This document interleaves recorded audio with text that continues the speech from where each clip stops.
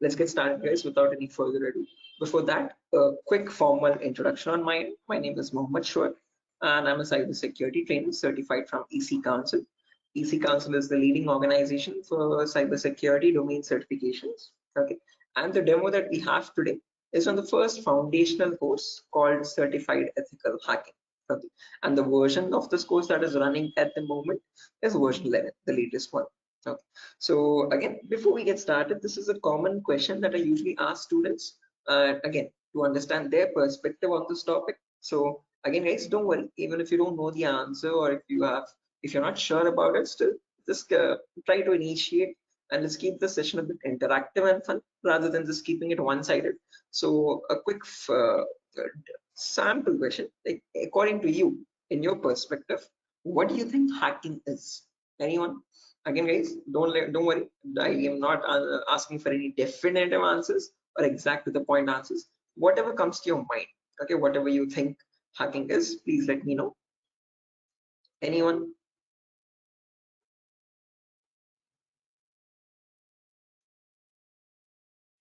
Try to breaking the system. Trying to breaking the system, is that breaking, right? I mean, did I get it right? Break into To the system access is, Yes, try to to access your personal things like computer, mobile. oh, okay, trying to break into the Uh, system or access personal things. Unauthorized access to the system or data. Unauthorized access to the system or data. That's a great answer. Again, all answers are perfectly right. There's nothing wrong with them. Perfectly correct answers. Anything else, guys? Does anyone else want to add anything to it?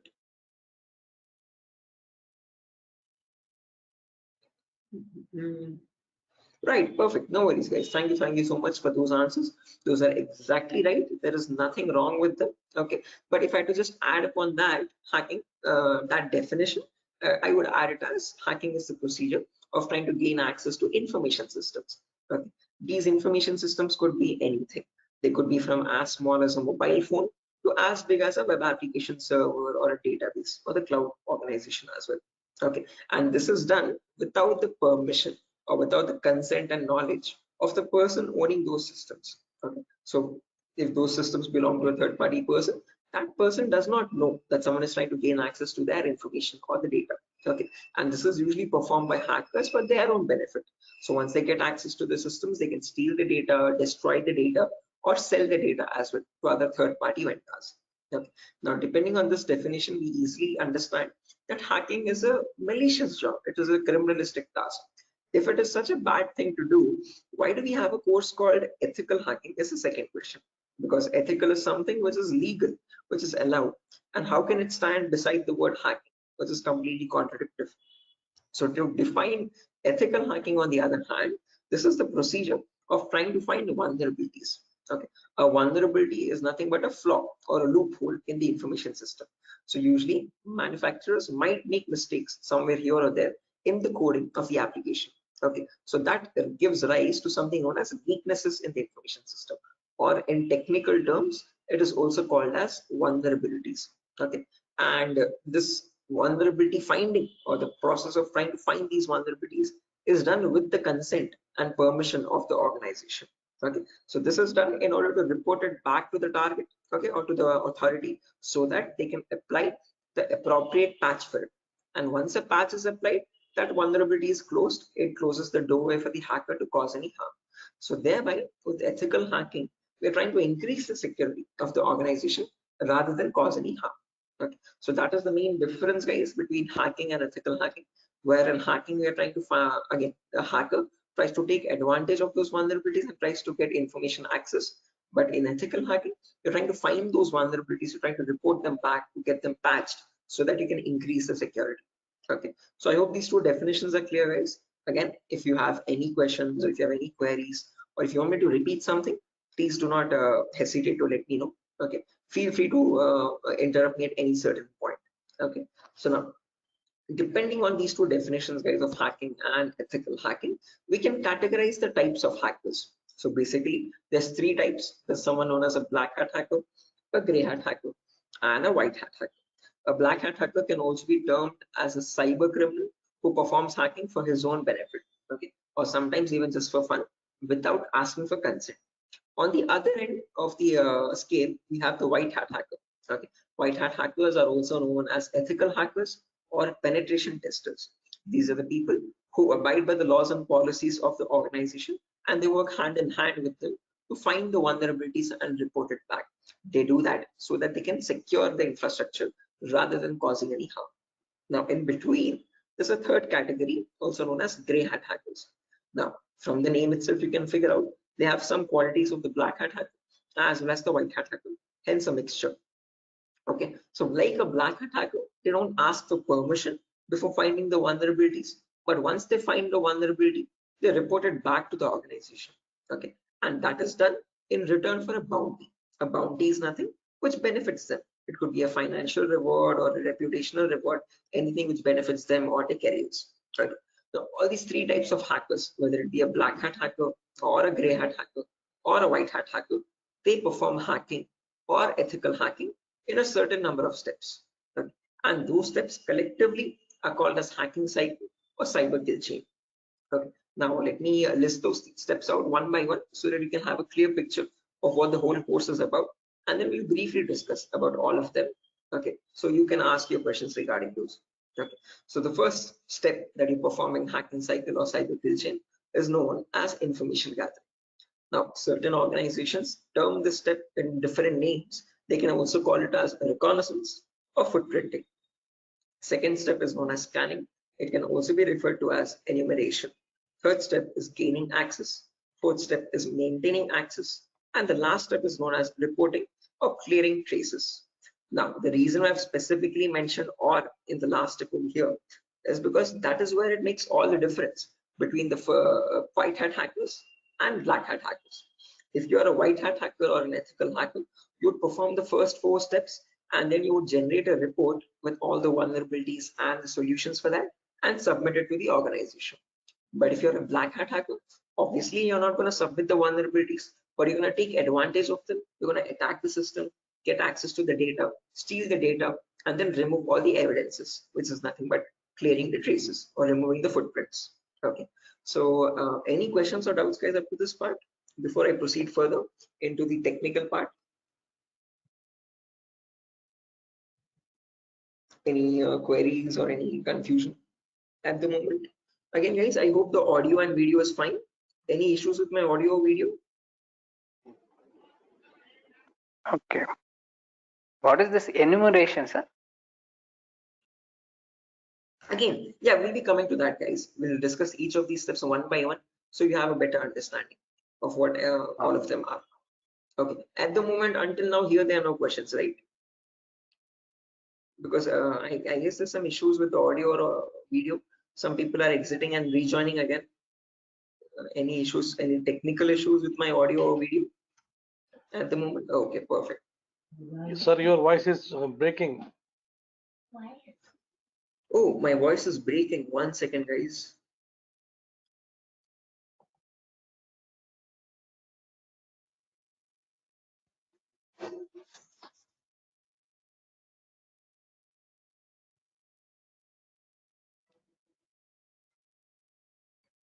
Okay, hello, 1 2 3, hello, 1 2 3.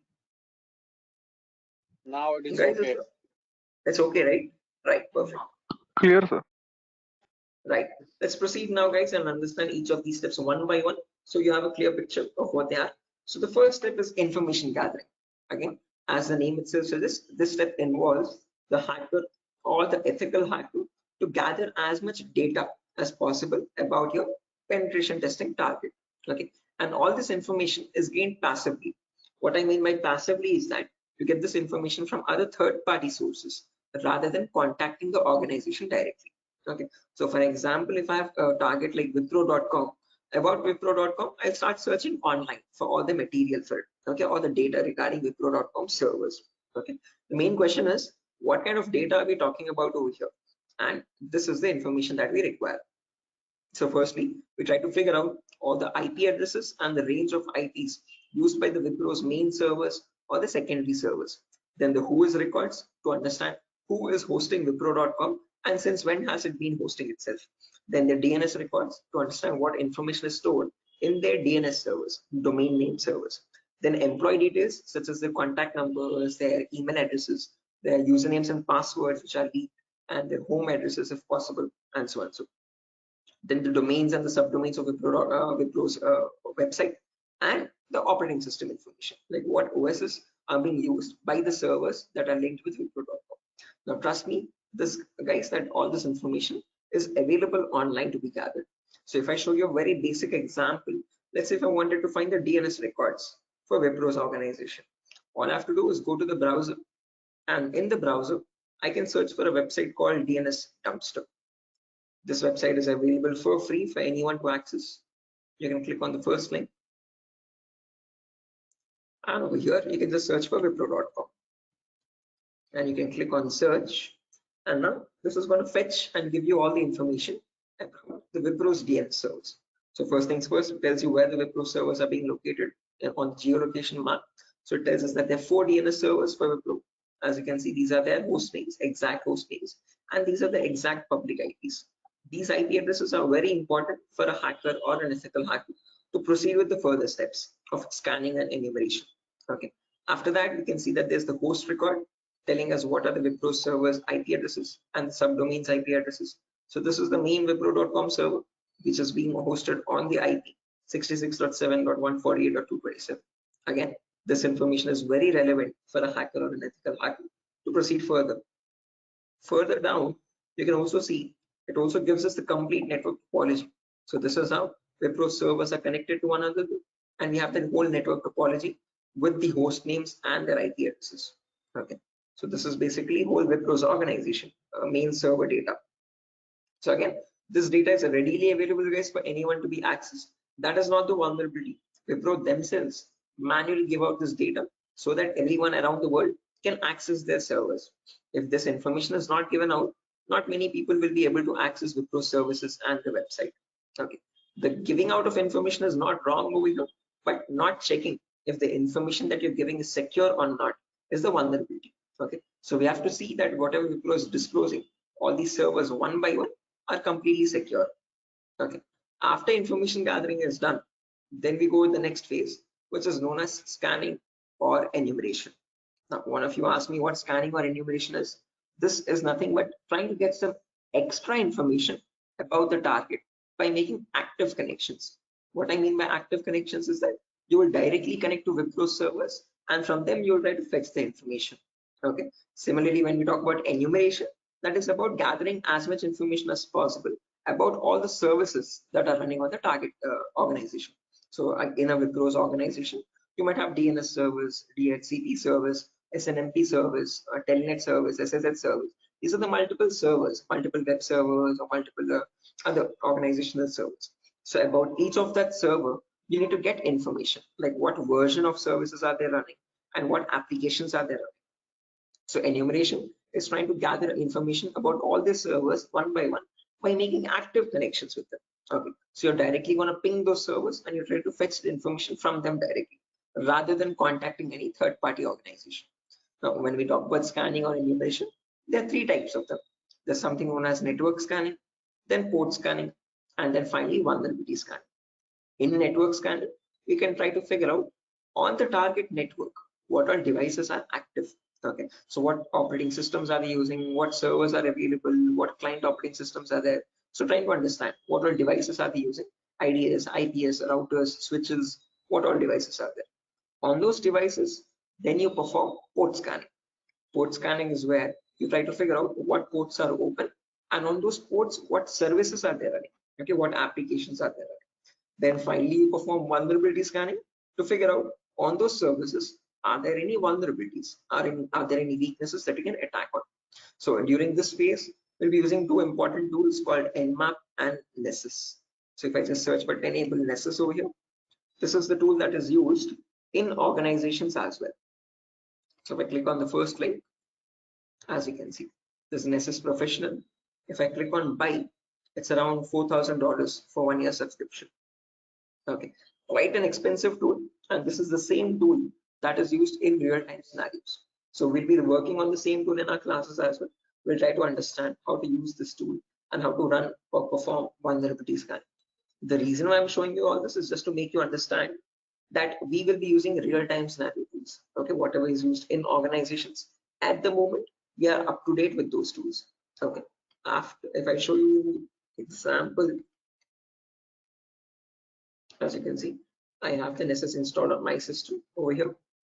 I'll show you how you can install on your system as well, and you can see you can perform various types of scans, and once you scan a system, it shows all the vulnerabilities one by one, the critical vulnerabilities or medium vulnerabilities, information based vulnerabilities. Again, don't get too confused, guys. We'll again learn how to understand this report. What are these vulnerabilities? What are these different levels of vulnerabilities? We'll understand all that. Okay, but basically Nessus is a tool which can perform network scanning or port scanning and try to understand what vulnerabilities are there on each and every system. So this is an automated tool. We'll learn how to perform automated testing and get a report from it. Once you get a report, you need to perform manual testing also. Okay, and that is nothing but our next phase, which is gaining access. Okay, so this is a huge concept. It covers a vast variety of topics, guys. We'll discuss them one by one. Okay, so the first topic that we'll be learning in gaining access is system hacking. So in system hacking, we'll understand how we can crack or bypass a Windows operating system password. So if you have Windows 7 or Windows 8 or Windows 10 or Windows 11, does not matter. Okay, whatever operating system you have, how do we crack that operating system? How do we get the information about their passwords? If you are unable to get the passwords, how can we bypass authentication and get access to the internal files, is what we learn in system hacking. After that comes malware attacks. Malwares are nothing but, in short, malicious softwares. So we'll practically learn how to create each of these malwares, whether it be viruses or worms or trojans, spyware, whatever it be. We'll understand how malwares are generated and how we can protect our system from malwares. Or if there is a malware already installed, how can we detect that malware and prevent it from running further or causing any further harm. Okay, then there's a bonus topic called malware advanced. This is again not included in the CH curriculum. We have just added it as a bonus topic for students to have better understanding about malwares. In this, we'll be sharing the resources to understand how you can create your own malwares by using Python programming. So just in case if you know Python, well and good. If not, also not an issue. We'll be sharing the resources as extra material to understand. So if you are interested in malware development also, this is a very important bonus topic for you. After that comes network penetration testing. In this, we'll learn all the common network attacks. So in a network, you have multiple, again, devices, IDS, IPS, multiple different types of servers, like mail server or DNS servers, DHCP servers, SNMP servers, and so on.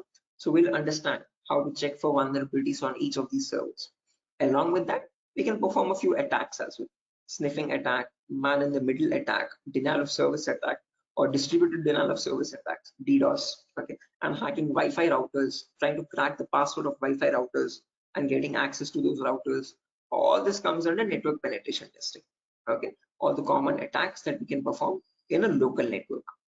After that comes social engineering, where we learn how hackers create fake websites. Okay, whether it be facebook.com, instagram.com, twitter.com, or flipkart.com. How are hackers creating fake login pages, and from those fake login pages, how are they getting the passwords, credentials? So we learn what phishing attacks are, what are the other social engineering attacks through which hackers manipulate victims into getting their passwords. Okay, so we'll learn all that, and we'll also understand how to prevent these attacks, how to distinguish between a fake page and an original page, and so. After that, we have web application pen testing. In this, we learn all the common vulnerabilities that exist on websites. So again, websites also have some weaknesses, okay, on which attackers can exploit and try to get access to the internal web server data or the internal database data, and so on. So to list out a few, there's vulnerabilities such as SQL injection, cross-site scripting, broken authentication, file upload vulnerability. Now, might sound very technical, guys, but these are the weaknesses using which hackers can get access to your information, to your passwords and usernames. Okay. After that, finally comes hacking mobile phones, where we learn how we can hack an Android phone and get access to that Android phone remotely. After gaining access is done, then we have maintaining access and maintaining access, reporting and clearing traces, where we learn how we can maintain persistent connections. So if the target is restarting his system or shutting it down and starting after a very long time, how do we get access to that data? how do you still stay connected to the victim machine, is what we learn in maintaining access.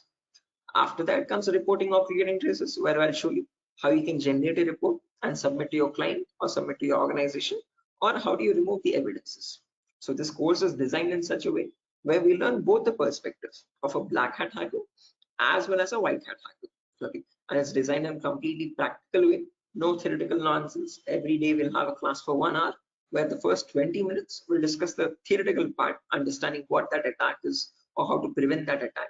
And then the remaining 40 minutes we'll discuss the practical part of it, okay, with real-time scenario tools. To list out a few tools, we'll be using this tool such as Nessus, we'll be using Nmap, we'll be using Burpsuit, we'll be using the whole main Kali operating system, okay, which I have over here, as you can see.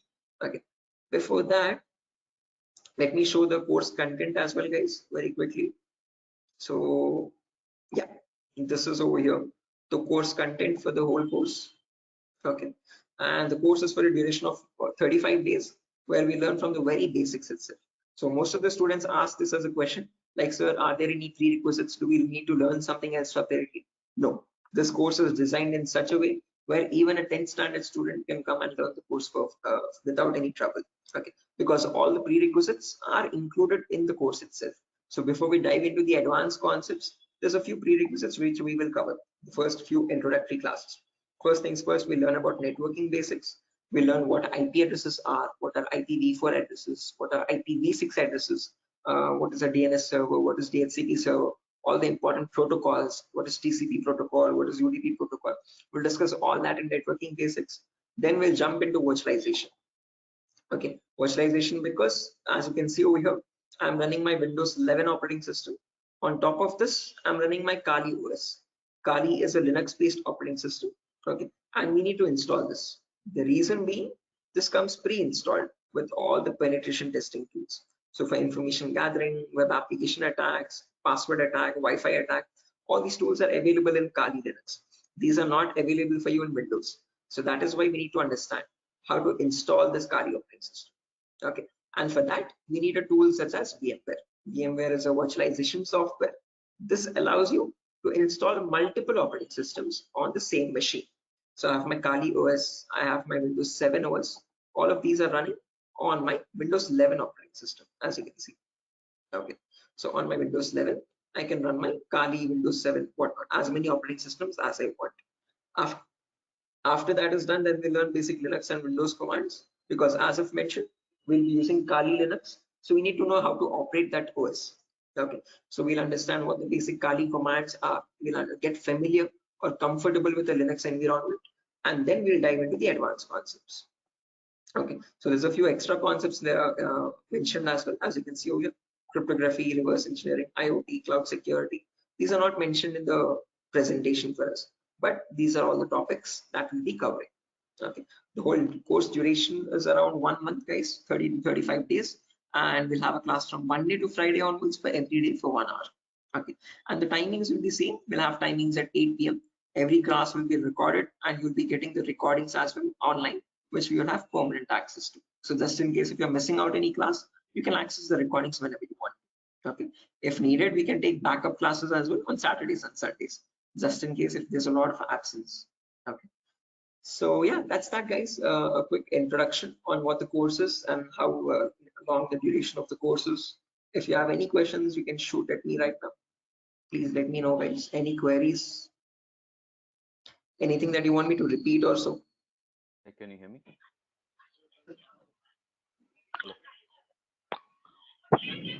Hello. Yeah, hi. Sir, why we use that websites that you show before this PPT? Sorry, Yogesh, I didn't get your question. Can you please repeat? Sir, we as you said that we use some websites for ethical hacking. So that website that you opened before this PPT, I'm asking about that Yeah, website. the DNS dumpster website, as you can see. This is for information gathering, trying to gather information about any certain client. So before we perform hacking, it's very necessary that we know all the data about that organization or the data about that target. So in order to get that data, we have to visit these third-party websites. Okay. Sometimes your organization might not give you that data sufficient for us. Okay. That is why we need to gather that information from other third-party sources, websites like DNS Dumpster and so on. Okay. The more the data you have, the more possibilities you have to attack the system. Okay. The more attack vectors you can find or possible paths you can find to attack the system. Okay. So that is why it is necessary to access these websites and get the data about our target from these websites. Okay, okay, so understood. Right. Any other questions, guys?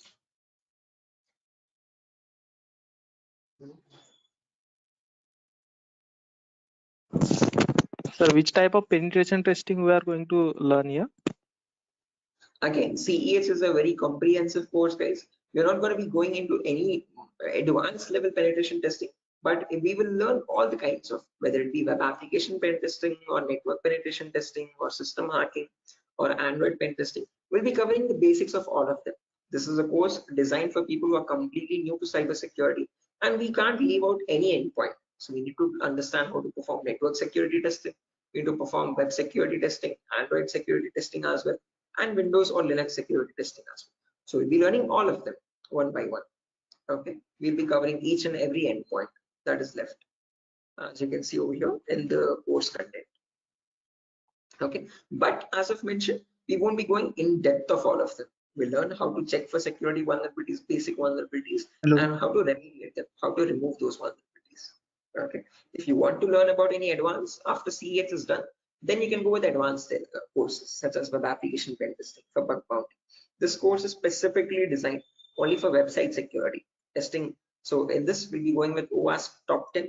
Okay, this is an organization which gives you the list of necessary vulnerabilities that you have to test for, and this course only focuses on web applications, nothing else. Okay, so after CEH is done, then you can choose a specific domain, and depending on your interest, you can choose your specialization.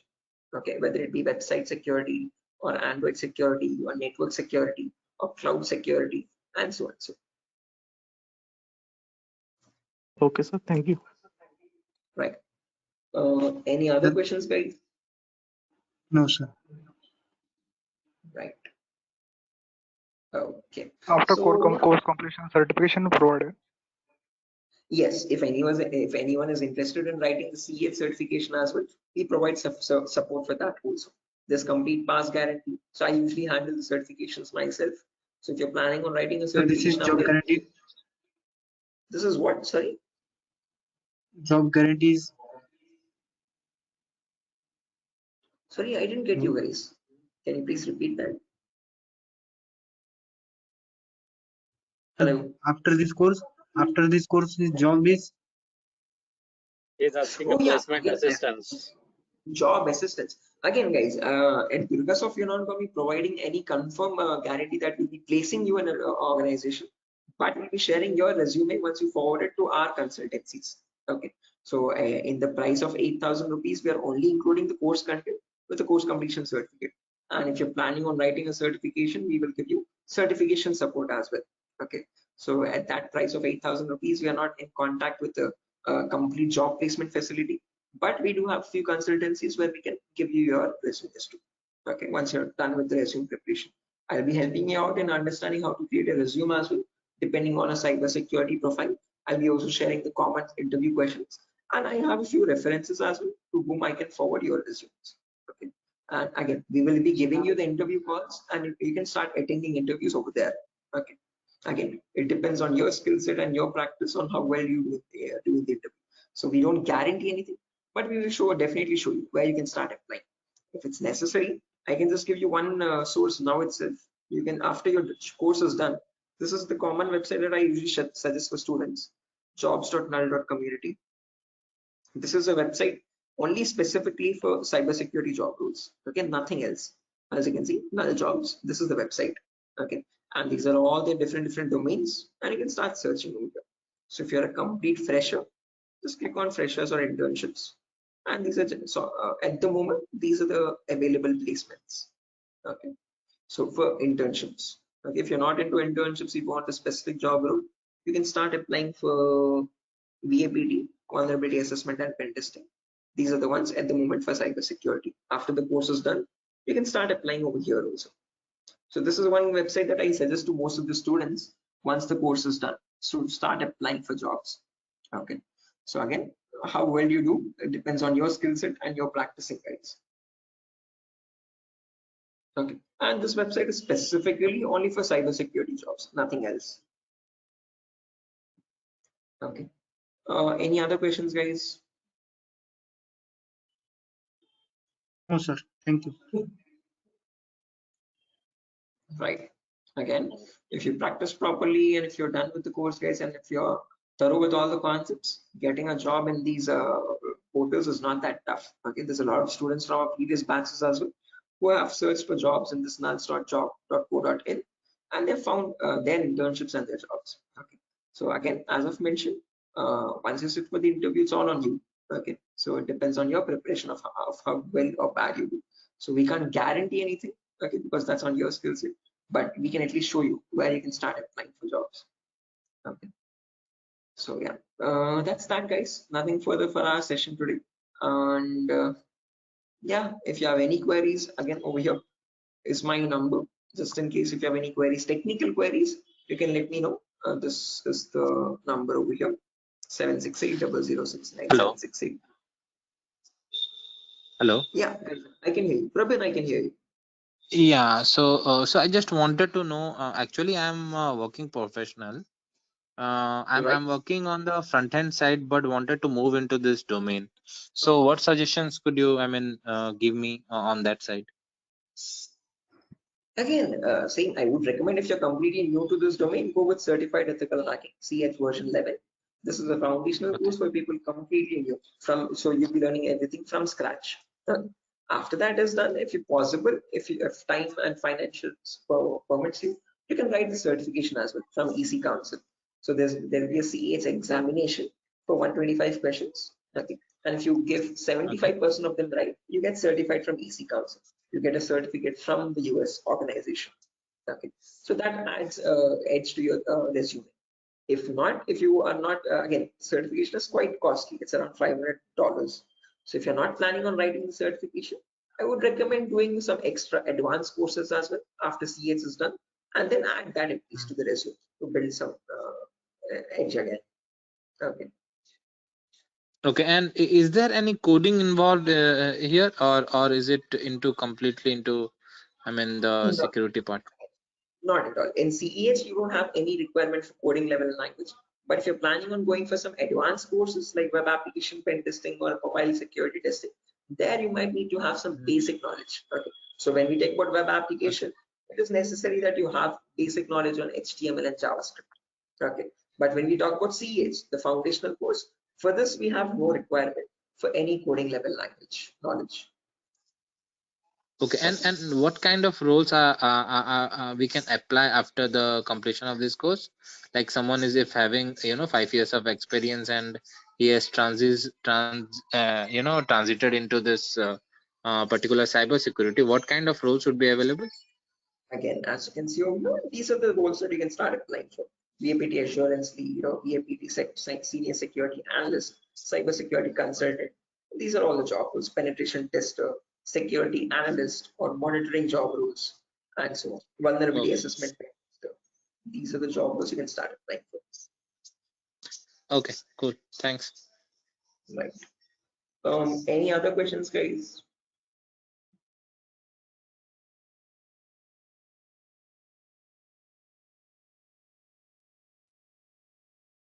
Right. Assuming there's no more questions, guys. So yeah, that's that for a session. Nothing further. Again, we'll be starting the course from Monday onwards, guys. Tomorrow and day after tomorrow, we'll be having the same demo. So just in case if you have joined late also, you can join tomorrow as well at the same time. And if not, you can directly join the course on Monday. Okay. If you have any further technical queries, guys, here's my contact number as I've mentioned already. Although if you have any queries regarding the course date or again course fees regarding that, you can contact the institute. Okay. So yeah, that's that, guys.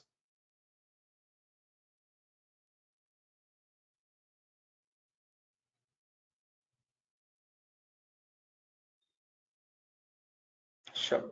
So I'm gonna be exiting, guys. I hope you have enjoyed the demo. And yeah, if there's any queries, please do let us know how we can help you. Okay.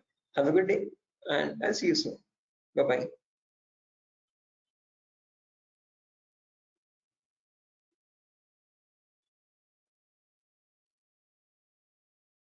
Thank you, guys. Thank you.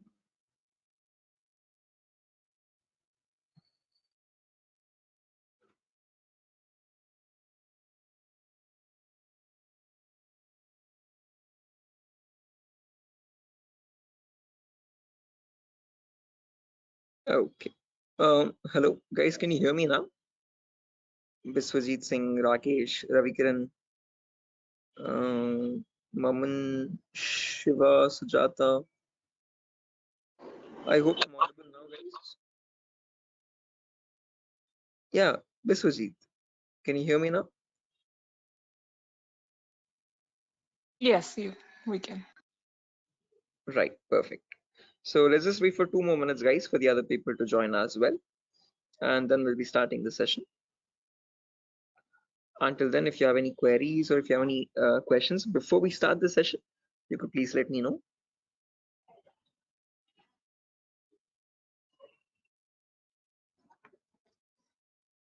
So, Yes, I excuse can me, hear sir. you. Yeah. So is this the same demo was on Sunday?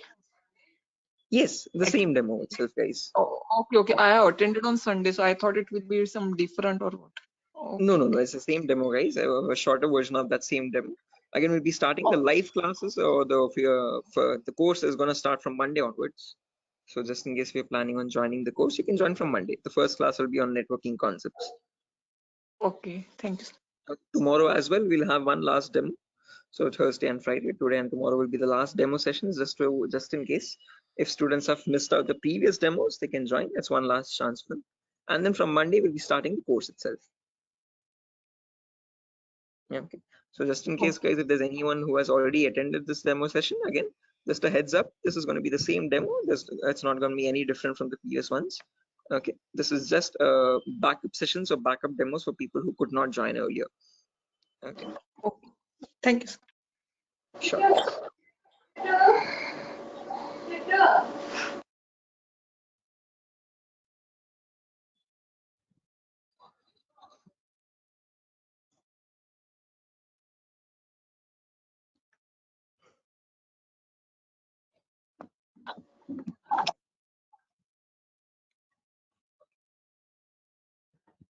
Sir, it means I can directly join on Monday because yesterday I was also present.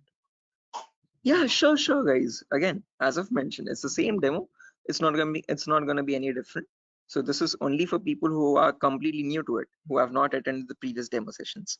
So if you've already attended the demo session, guys, you can join back on Monday itself directly. Okay, and the timing will be same at 8 p.m. Same time, 8 o'clock in the night. Okay, thank you. Sure. Okay, guys, so let's get started without any further ado.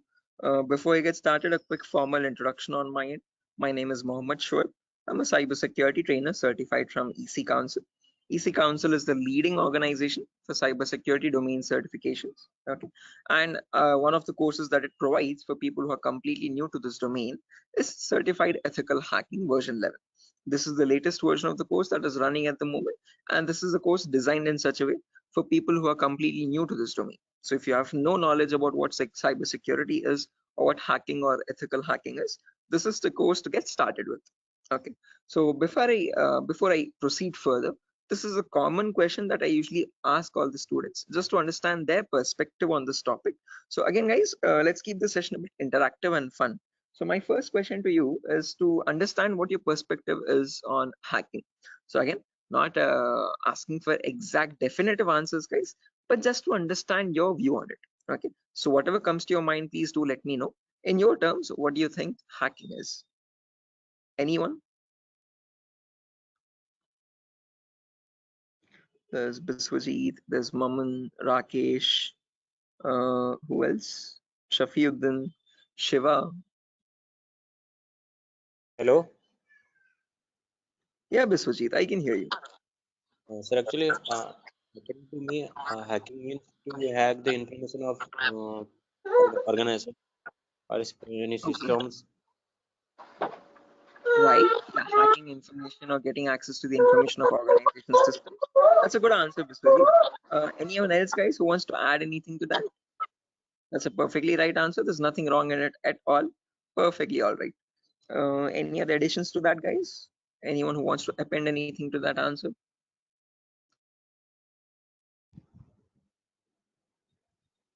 Okay, no worries. Shiva, you were about to say something? Your mic was unmuted for a while. Did you have an answer? Okay, no worries, guys. So let me just add on with Biswajit's answer. So if I had to define hacking on, depending on using on his words itself, hacking is nothing but the procedure of trying to gain access to information systems. Okay, now these information systems could be anything. They could be as small as a mobile phone to as big as a database or a web application server or cloud organization itself. Okay, and this gaining access to these devices is done without the permission and the consent of the person owning those systems. Okay, so the organization who owns those systems has no clue that someone is trying to gain access to their data. Okay, and this is usually performed by hackers for their own benefit. So once they get access to the data, they can steal it, they can destroy it, or sell it on the dark web to other third-party vendors. Now, if hacking seems such a malicious job, why do we have a course called ethical hacking? Is the second question, because ethical is something which is completely legal, and how could hacking become legal now? That's the main question. So when we talk about ethical hacking, on the other hand, guys, this is the procedure of trying to find vulnerabilities. Okay. A vulnerability in simple terms can also be called as a weakness or a loophole in the information system. And using these weaknesses only, hackers try to get access to the target informations, target information systems data. Okay, so your job as an ethical hacker would be to find these vulnerabilities before a hacker does, and this is done with the consent and permission of the organization. So once you find these vulnerabilities, you have to report it back to the organization so that they can apply the patch for it. And once a patch is applied, you're thereby increasing the security of infrastructure and preventing hackers from causing any further harm. So with ethical hacking, you're trying to increase the security and make the infrastructure much more secure and stronger compared to what hacking is. Okay, where you're trying to exploit vulnerabilities. Okay, so are these two definitions clear, guys? Like what is hacking and what is ethical hacking, and how are they different from one another? Because most of the students have a misconception that both these terms are one and the same. No, guys, we're not going to be performing hacking. We'll be learning ethical hacking in the course. Okay, we won't be exploiting the vulnerabilities, but we'll see how to search for them, how to find them in an organization's systems, and how to report them back to the organization. Okay, so that we can prevent hacking from happening. Now, depending on these two terms, guys, we can categorize the different types of hackers as well. So we have someone known as a black hat hacker, then we have someone known as a white hat hacker, and in between there's someone known as a gray hat hacker. Okay, so firstly, the first category is black hat hackers. These people are also commonly referred to as cyber criminals. Okay, these are people who perform hacking for their own benefit, and they do this by asking no consent at all. On the other end of the spectrum, we have the white hat hackers, who are also termed as ethical hackers or penetration testers. Now, these people perform ethical hacking, or in simple terms, penetration testing, to find all the vulnerabilities in the organization. And they do this by asking for consent and by following all the laws and policies set by the organization. So they do not cross any line, they do not perform exploitation of any vulnerabilities, they only work to increase the security of the organization. Now, in between white hat hackers and black hat hackers, there's someone else known as a gray hat hacker. Now, as the name itself suggests, these people have both the qualities of black hat as well as a white hat hacker. Like a black hat hacker, they don't ask for permission before finding the vulnerabilities. But once they do, once they find the vulnerability, like a white hat hacker, they report it back to the organization. Okay, they don't take advantage of it, they don't exploit it and try to attack the system, but they report it back so that they can help the organization. But it's a give and take relationship, so it's a there's kind of a bargain over here. Okay, the catch is that these gray hat hackers ask for a bounty in return. Okay, a bounty is anything which benefits them, so they could ask for some prize reward, or they could ask for some reputational reward, anything which benefits their career and profile. Okay, and that is why in simple terms they are also known as bug bounty hunters. They find bugs in return for a bounty. Okay, so they are hunting for bugs. Okay, now all these three types of hackers, whether we take black hat hackers, gray hat hackers, or white hat hackers, they perform hacking or ethical hacking in a certain number of steps. Okay, and they follow a procedure, a systematic procedure. That systematic procedure is known in simple terms as hacking cycle or cyber kill chain. Okay, various organizations categorize these steps into various numbers, but if I had to summarize it up, there are 5 important steps in hacking cycle or cyber kill chain. Whether you take a black hat hacker or a white hat hacker or any kind of a hacker, he needs to follow the same procedures as well. Okay. Now let me list them out first, and then we'll discuss in detail about each of them, so you have a clear picture of what the whole course is about. Okay. So the first step is known as information gathering. It can sometimes also be referred to as reconnaissance or footprinting. So they are one and the same term, guys. Don't get confused. Various organizations use various terminologies, but whether you hear information gathering or reconnaissance or footprinting, all the three terms are one and the same. After that, you have scanning, which can also be referred to as enumeration. Then you have gaining access, then you have maintaining access, and then finally there's reporting or clearing traces. Now, the reason why I've mentioned or over here in the last step in capitals is because to make it a note to understand that this is the only step where you have a difference between black hat hackers and white hat hackers. Now, whether you are any kind of a hacker, whether it be black, white, or gray, the first four procedures are to be followed mandatorily. So you have to follow those first four procedures in the same order. After that, in the end, what changes is the last thing that you do. Okay, if you're a white hat hacker, you would definitely report all the vulnerabilities that you have found with the remediations, with the solutions to remove those vulnerabilities.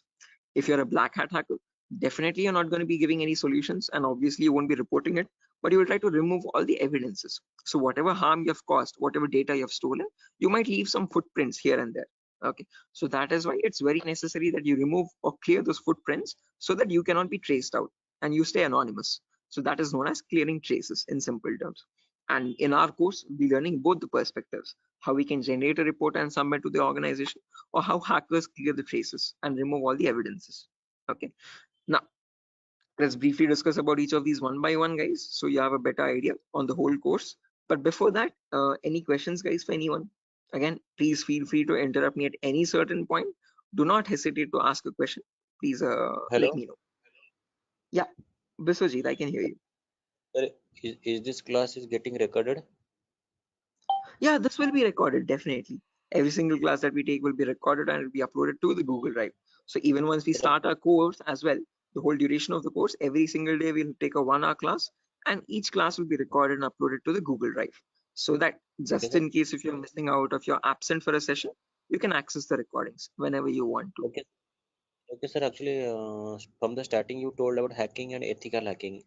So, Mhm. could you please briefly tell me? Hacking means like you are hacking the particular credence, some credential information, like something personal information you are hacking. But ethical hacking was that I did not get it properly. Good question. Again, Biswajit, when we talk about hacking, this is something that cyber criminals perform. Okay, hacking is where you're trying to get access to information devices. Okay, and using those information, what you do with that information defines what kind of hacking you do. Okay, so in ethical hacking, we are trying to understand how hackers are hacking that information. So what are the procedures are they following, and how are they actually finding that vulnerability, and how are they checking for those vulnerabilities on the systems? Okay, so Okay, we as ethical hackers try to find those same vulnerabilities that hackers use, and we try to rectify those vulnerabilities. We try to apply the patches for them. Okay, so just that like that, how that means hackers do it, we are going to do it that in an means ethical manner. Yeah, okay.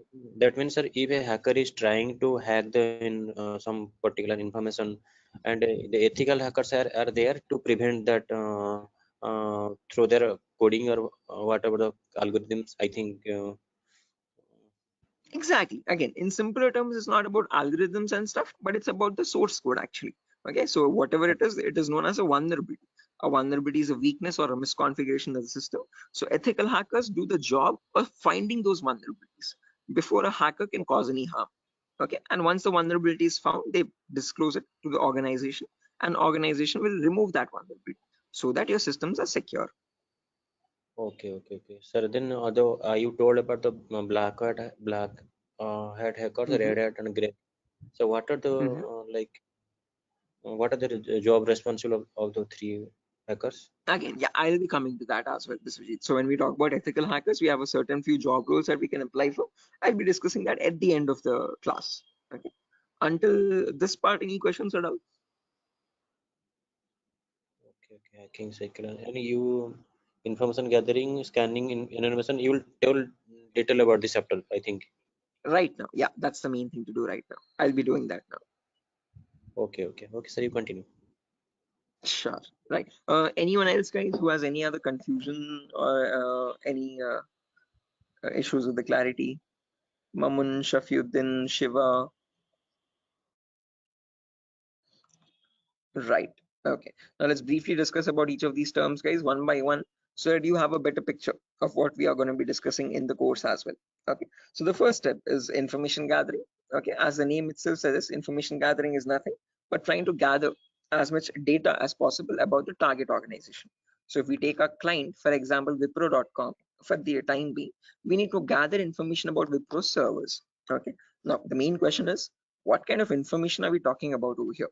And this is the information as follows. Okay, so we try to gather information such as the IP addresses or the range of IPs used by the Wipro servers, then the whois records to understand who is hosting Wipro's website, and since when it has been hosted, when was it last updated, when will it expire, then the DNS records to understand what data is stored in the DNS servers, then employee details such as the contact numbers, email addresses, usernames and publicly leaked passwords, and domain names of the Wipro.com, subdomains of Wipro.com, and operating systems. So what OSs are they using in their organization? So if I give you a very basic example, I can just go to my browser, and in the browser I can search for a website called DNS Dumpster. This is a common website that I usually show in the demo sessions. So if I search for DNS Dumpster, I get the first link. Now this is an example of information gathering. So you're trying to gather information about Wipro.com from other third-party sources. So right now in this step, we are gaining information passively. What I mean by passively is that we are not contacting Wipro.com directly, but we're trying to gather information about Wipro.com from other third-party sources, such as DNS Dumpster. Now when I click on search, I can notice this gives me all the information about Wipro's DNS servers. Okay, so at the moment Wipro has 4 DNS servers with these host names and these exact public IPs. So these IP addresses are very important for a hacker or for an ethical hacker to proceed further in the further steps of hacking. Okay, after this information is given out, we can see the mail servers, we can see the DNS servers, we can see all the host records, which are nothing but the main servers of Wipro.com, the main domain name and the other subdomains, and their exact public IPs. Scroll down much further and you can see the whole complete network topology. So this is how Wipro's servers are connected to one another. Okay, so these are all the servers of Wipro. Okay, the main domain and all the subdomains, and the mail servers also, mail or DNS servers. Okay, so this gives us complete information of all the endpoints that you have to test for complete security of Wipro. Okay, now this information is given out by Wipro itself. It needs to be given out. It is mandated so that people can access their services. Okay, what that is not the vulnerability, guys. Giving out the information is not the vulnerability, but not checking if each of these endpoints are secure or not is the vulnerability. So a pen tester or an ethical hacker needs to check for each and every endpoint and see to that that on each of these servers there are no unnecessary ports running or unnecessary services running which are having vulnerabilities. Okay, so now next comes the scanning phase. So after you gather information like this about a target organization, then we go with the scanning phase. Okay, scanning is where we get some extra information by directly contacting the servers. Okay, so to gather more information by making active connections with the direct target. So in this phase, we'll be using 3 types of scanning. There's network scanning, port scanning, and vulnerability scanning. In network scanning, we try to figure out on the target network, on the target organization, what all devices are being used. So if we take Wipro, for example, in Wipro's company or in Wipro's office, what all devices are being used? What servers are they using? What firewalls are they using? What IDS, intrusion detection systems or intrusion prevention systems are they using? And what all services are they using? DNS, DHCP, and so on and so. Okay, once we know that, then we perform port scanning to figure out all the services as well and their version details. So if they're using DNS service, what version of DNS are they using? If they're using mail services, what mail services are they using and what versions are they? Okay. Finally, perform vulnerability scanning to find the weaknesses on those servers. So if there's any application with an inbuilt weakness, or if there are any misconfigurations like weak password or default unnecessary ports open, all that comes under vulnerabilities. So we scan for vulnerabilities by using some automated tools.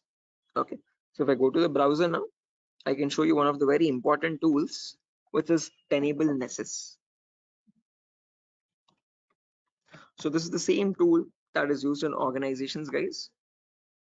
As you can see over here, quite an expensive tool as well. If you click on buy, you can say it's around $4,000 or so for 1 year subscription, and we shall be using the same tool in our lab setup in our classes.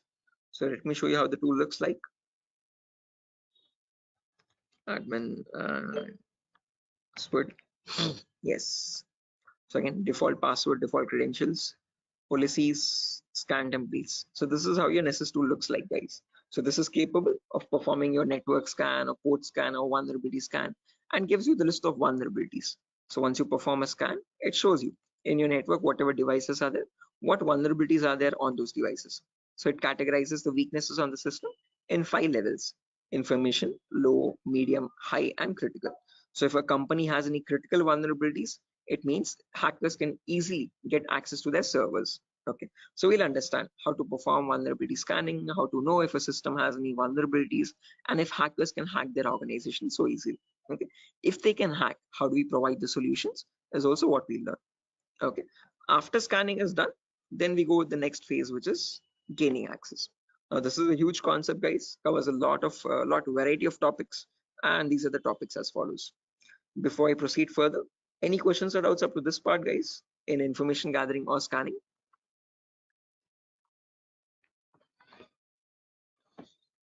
Biswajit, Mamun, Shafiuddin, Shiva. Please do not hesitate, guys. If you want me to repeat something, I will definitely do.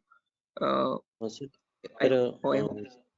Yeah. Sir, please repeat that first part. Which one? Like before gaining access, you told us some gathering information. Like I understood that what if their system in vulnerability in the system, so hackers are easily hack that system. So I understood somehow. Oh yeah, in information gathering, again, Biswajit, as I've mentioned, we try to gather information from other third-party websites. So there's websites like DNS Dumpster, Hunter.io. So from other third-party sites, we gather information about the target. After that, then we perform scanning. So we directly get access to target servers or whatever target it is, whether it is Wipro.com or so and so.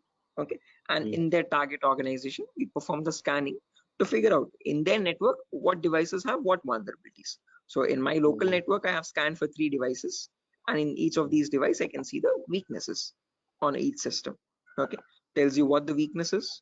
Okay, if there's an unsupported OS, what is the solution to remove that vulnerability, and what can be performed with that vulnerability. So this scanning tool gives you that up-to-date information. Okay, so this is all this all comes under automated vulnerability scanning. Okay, so this is something that you always perform in an organization to test for vulnerabilities on different systems. Okay, it's a software. Yeah, it is a software. This is the Nessus tool. The Nessus tool is nothing but a software that we have. Okay, sir. Okay. Right, so this is the same tool that is used, the same software that is used in organizations as well. Okay, and we'll be running in real-time scenario. Whatever tools that are being used, we work on them in real time. Okay.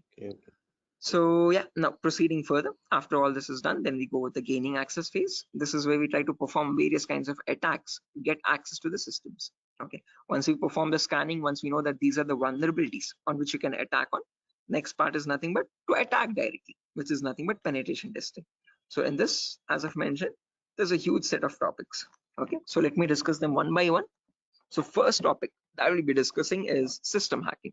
So in system hacking, we learn how we can hack or crack or bypass a Windows operating system password.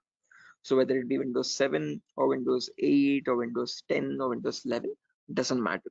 How do we crack or how do we bypass the password is what we learn in system hacking. So if your system is password protected, how can you crack and understand what the password is in clear text? Or if you're unable to crack it, if it is too tough to crack, how can you bypass that password and still get access to the internal files is what we learn in system hacking. After that comes malware attacks. Malwares in simple terms are nothing but malicious softwares, and we'll practically know how to create each of these malwares. So people think that viruses are on the only malicious software is available on internet, but that's a misconception. We have multiple malicious softwares. We have viruses, we have worms, trojans, backdoors, spyware, rootkit, whatnot. There's tons and tons of malwares, and there's thousands and thousands of malwares added every single day. So we'll practically learn how to create each of these malwares and how to prevent our system from getting attacked by these malwares, or how to detect for malwares on our system. Then comes network penetration testing. Okay, In network pen testing, we learn all the common network vulnerabilities. Okay, so in an organization, in a local network, there are multiple services. There's DNS service, telnet service, SMTP service, DHCP service. These are all the services or protocols used in a common organization. So we learn how to test for weaknesses on each of these servers. And after that, we'll also learn how to perform network attacks like sniffing attack, man in the middle attack, DOS attacks, or hacking Wi-Fi routers and cracking Wi-Fi router passwords. All this comes under network pen testing. Then comes social engineering, where we learn how to crack passwords from websites. Okay, so how do hackers make fake login pages, Facebook page, Instagram page, or a Flipkart login page, bank login pages? How do hackers get your passwords from these pages? Okay, how can they create fake login pages and send them to the victims and perform phishing attacks?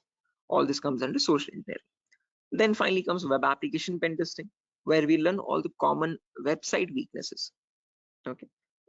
Is this useful for SOC analyst role? Yeah, Shafiuddin. We'll be discussing a very basic tool called Splunk as well.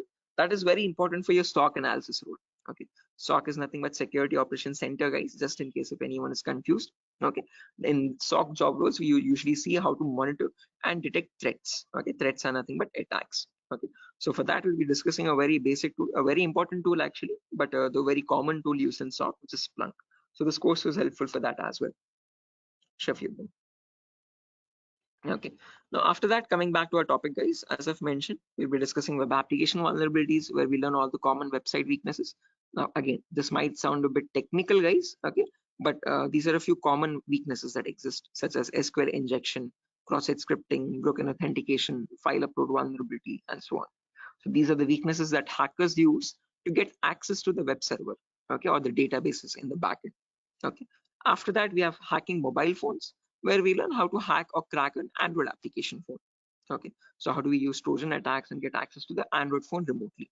Okay, after this is done, then we have two small topics, which are maintaining access and reporting or clearing traces. So this is the most important concept, guys, gaining access. After that, we need to know how to maintain persistent connections. So how do hackers maintain a connection even if the system restarts? Okay, is what is known as maintaining persistent connections. After that, we have reporting or clearing traces, where we'll see how to generate a report and submit to the organization. Or if you're a black hat hacker, how do they remove all the evidences? How do they clear the traces? Okay. Now, since not everyone is from a technical background or might not be from a technical background, we will discuss a few prerequisites as well. Okay. So the course is designed in such a way where you don't have to learn anything separately from outside. So if you're, this is in a way to even a 10th standard student to understand this course in a simple and sufficient manner.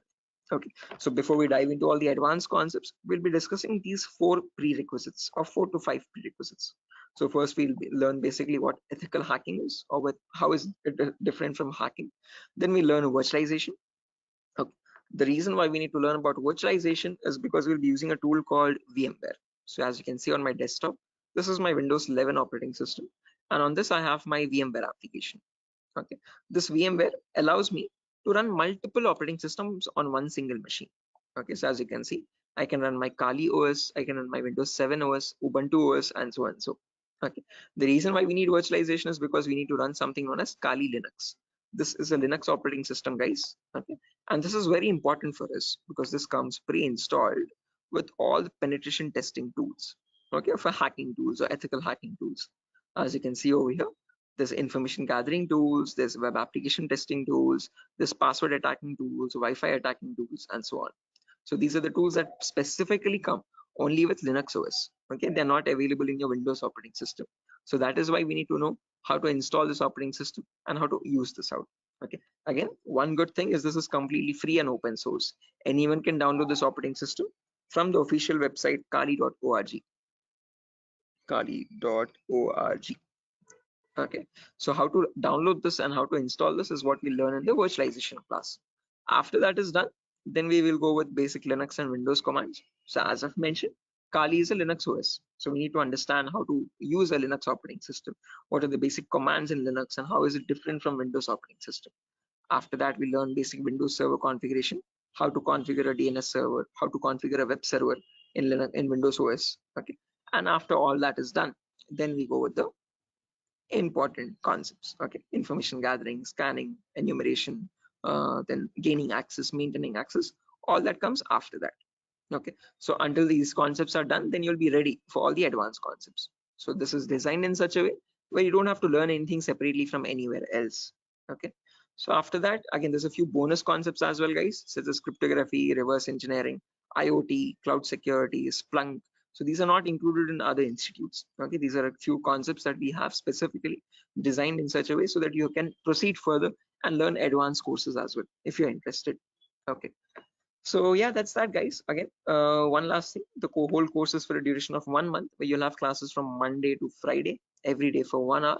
Okay, and every class will be recorded and it will be uploaded to Google Drive. So just in case if you're missing out any classes, you can access the recordings as well. Okay, so yeah, that's that, guys. Any questions on your end? Yeah, Biswajit, you were asking me one question, asking about the job roles, I guess. So once you're done with the course, you can start applying for job roles like SOC analyst, vulnerability assessment tester, or penetration tester, or again, security engineer, and so on. So, okay. So these are the job roles that you can apply for once you're done with the course.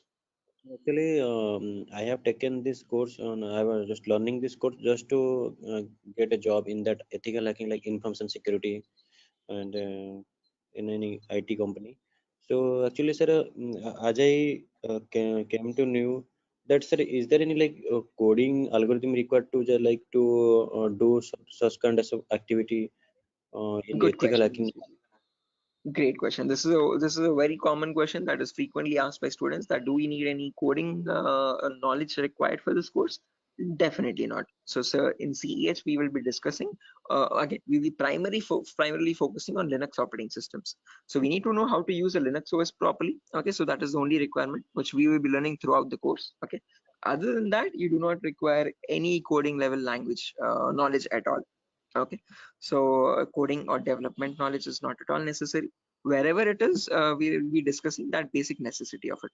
Okay, so there are certain topics where we have a topic called malwares. So in this we learn how to create malwares. Okay, so in that one topic will require basic coding language knowledge, but again, that itself I will myself be teaching it.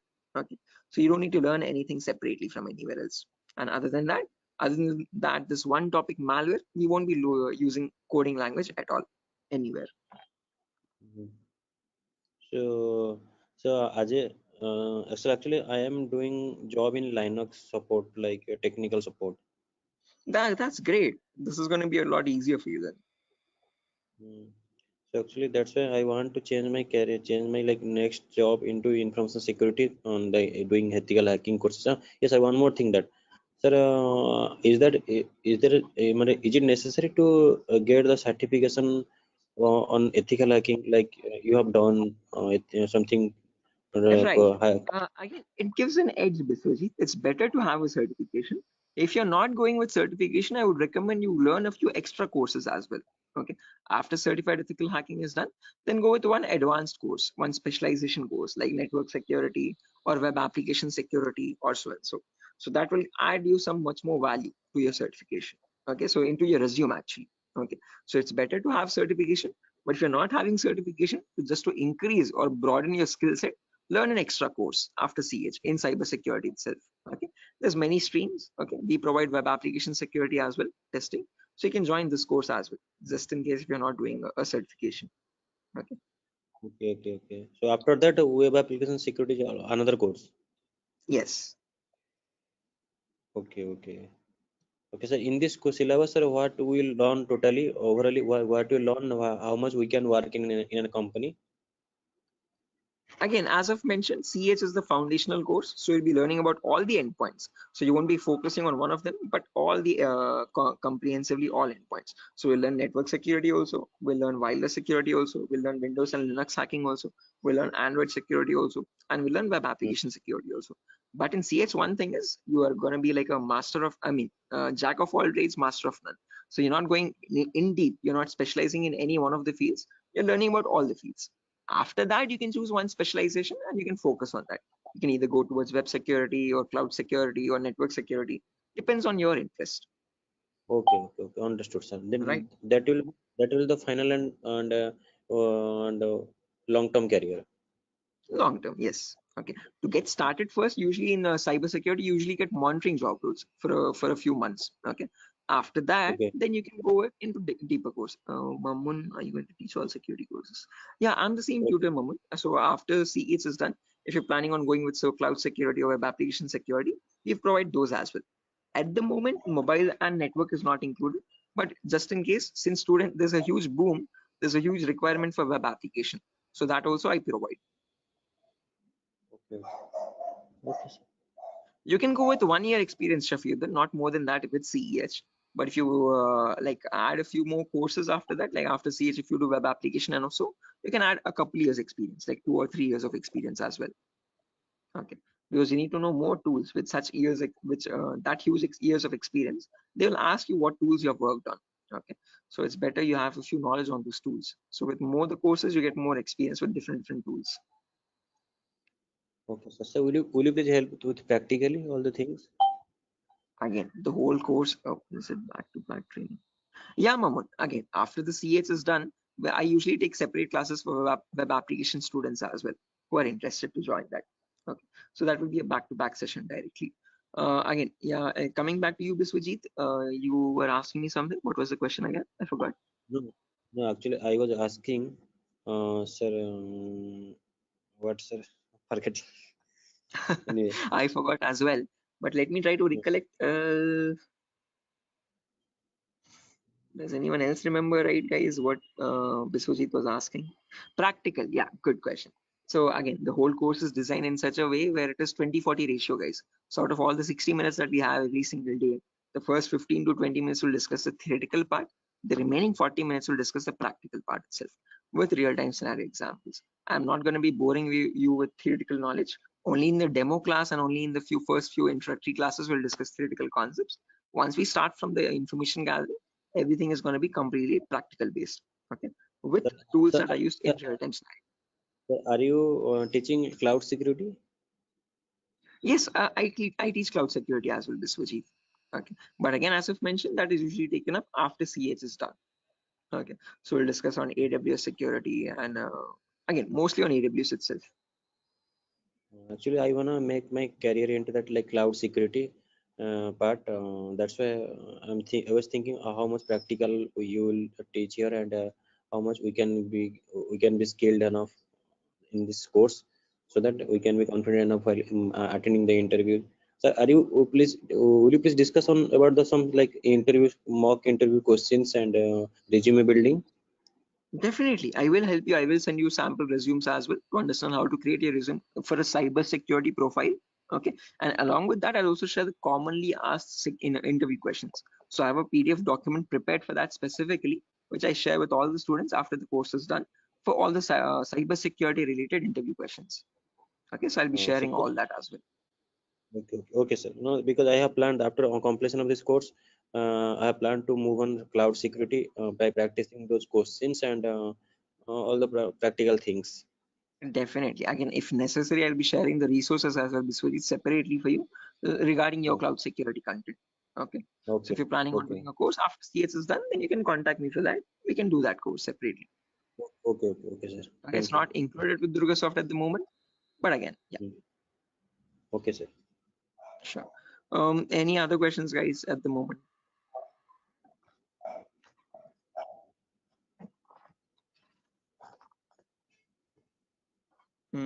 Okay, assuming there's no questions, guys, I'll be ending the session over here.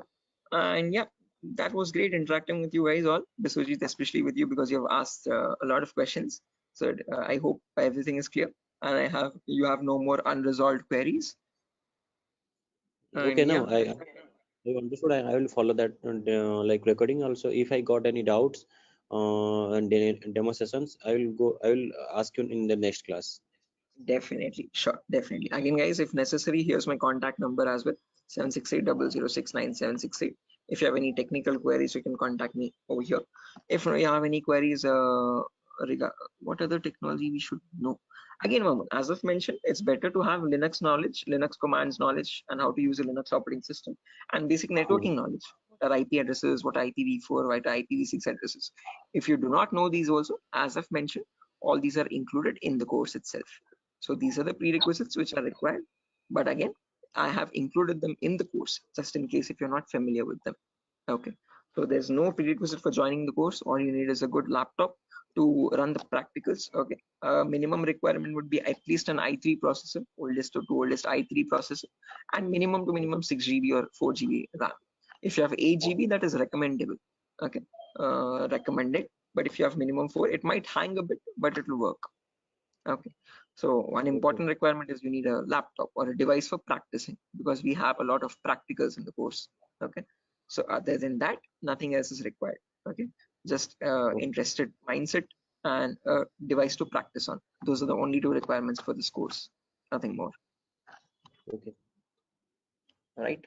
So yeah, that's it, guys. Nothing further for the session today. If you're interested to join the course, you can join this from Monday. We'll be having the first class on Monday for networking concepts. Okay. And after that, yeah, tomorrow as well, there's another demo session. So just in case if anyone is planning to join a demo again, you can join it tomorrow at the same time. If not, we'll be starting the course from Monday itself directly. Okay, thank you, sir. Okay, guys. Good day. Thank you for joining the session. It was great interacting with you. And I'll see you soon, guys. Bye-bye. Have a good day. Thank you, sir. Good night. Thank you, guys. Good night.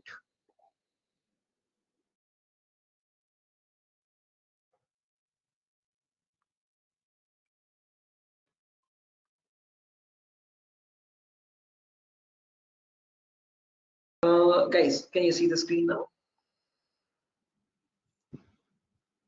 Yeah, I can see you now. Yes, sir. The Yes, it's visible. Sujata, Somat. Yes, sir, it's visible. Right, perfect. Thanks. Okay, how many people are there? Vikiran, Rakesh, Biswajit, Prashant, Shiva, Somat. Okay, perfect.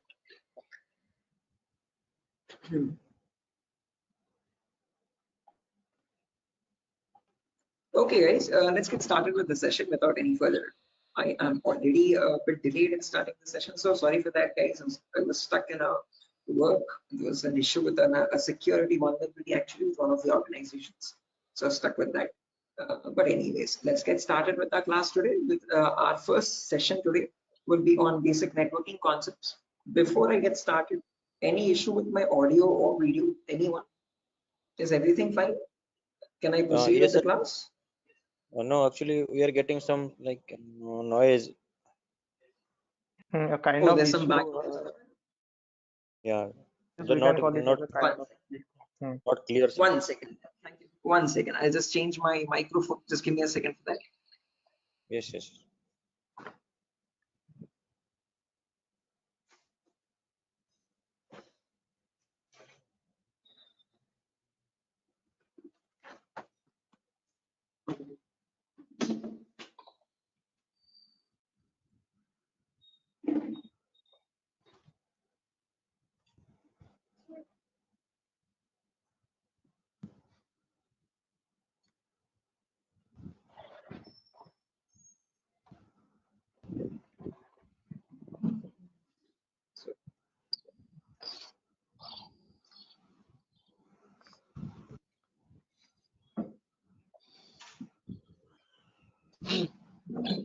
Okay. How does it sound now, guys? It is audible now. Yes, now it is It's clear. audible. Background disturbance, no kind of issues. Yes, yes. Perfect, perfect, perfect. Okay, guys. So let's get started without any further ado. So as I've mentioned, in today's class, we'll be going with basic networking concepts. We'll discuss what IPv4 addresses are. Okay. So before diving into IPv4 addresses, let's try to understand what a network is and what a host is. Now, these are very two simple words that you keep coming across every single day. Okay. A host is nothing but an information device. Okay. Any information device which is capable of communicating with other devices is known as a host. Okay. It could be a mobile phone, it could be a router, it could be a laptop, a personal computer, or any other device, an information device. Okay, which is capable of communicating with other devices. Now, when you have such devices connected to each other, okay, which can communicate with one another, that forms a network. Okay, so a network is a collection of hosts which can communicate with each other and transmit data. Now, just like how we humans communicate with one another, we have our respective names. Okay, I can address you by your name. You can call me by mine, okay, and we can communicate with one another. We have our unique identities, okay. Similarly, these information devices as well have their unique identities, okay. So when they communicate from one device, when it wants to send packet to another device, it has a unique address for each device, okay, and on that address they communicate with one another, and that address is known as the IP address, guys. IP stands for Internet Protocol. This was built by the US military late in the 1950s or 1960s, okay, and there was IP version 1, IP version 2, IP version 3. All these were unsuccessful attempts. They were you could say experimental.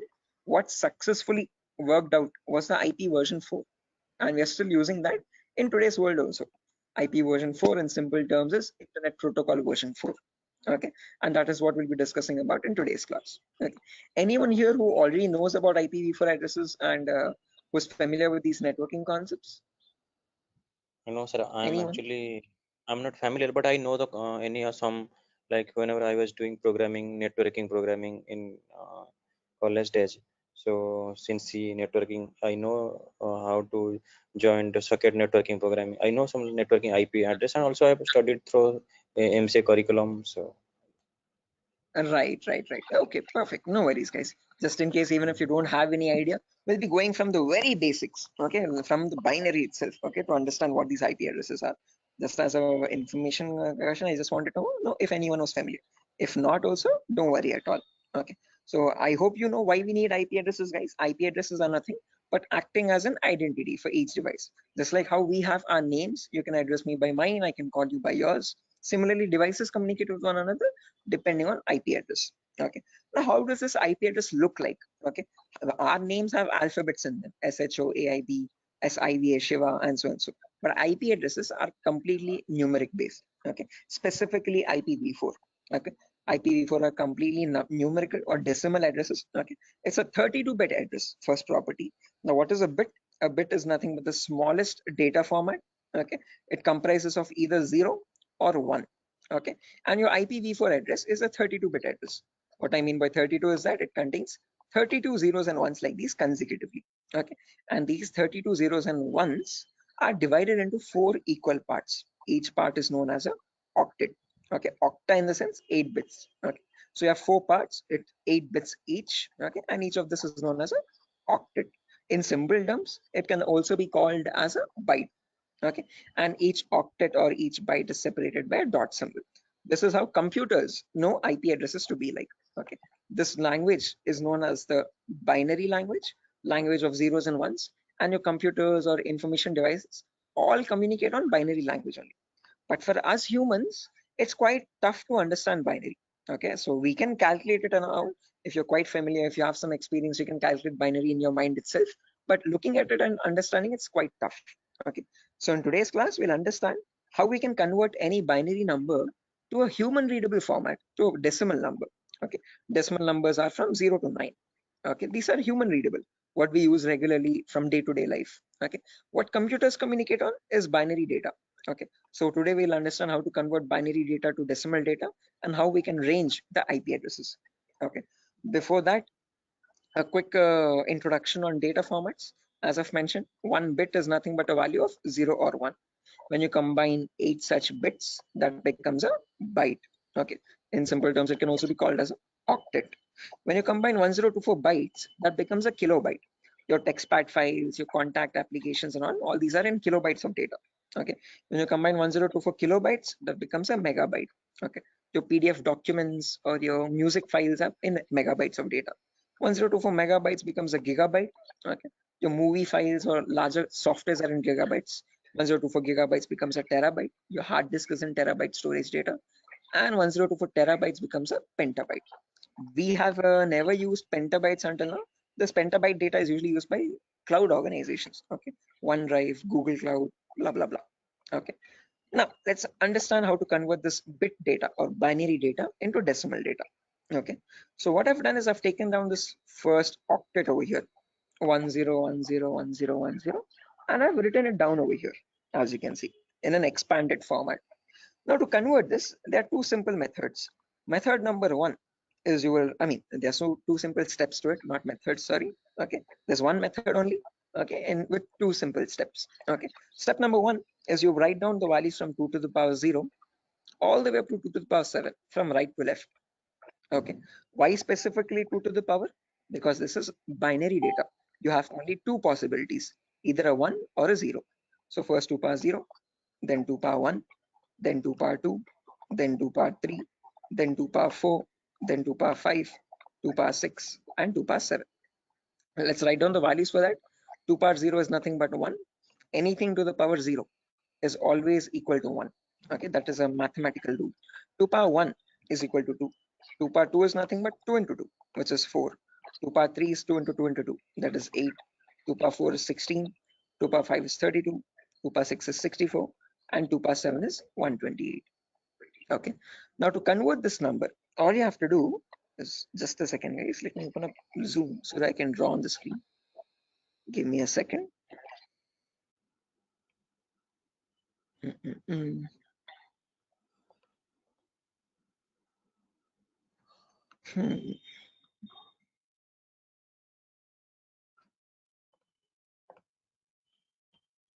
Right, perfect.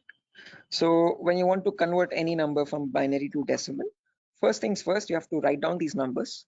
Then you multiply the lower number with the top one and add with the next one. As simple as that. Multiply, add, multiply, add, multiply, add. This goes on till the last step.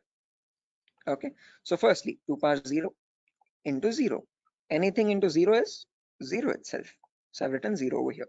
Then 2 power 1 into 1. That is 2 power 1 is 2. As you can see, I've written the value over here. Into 1 is the value itself, 2. 2 power 2 is 4. 4 into 0 again, we have 0. 2 power 3 is 8. 8 into 1, 8 again.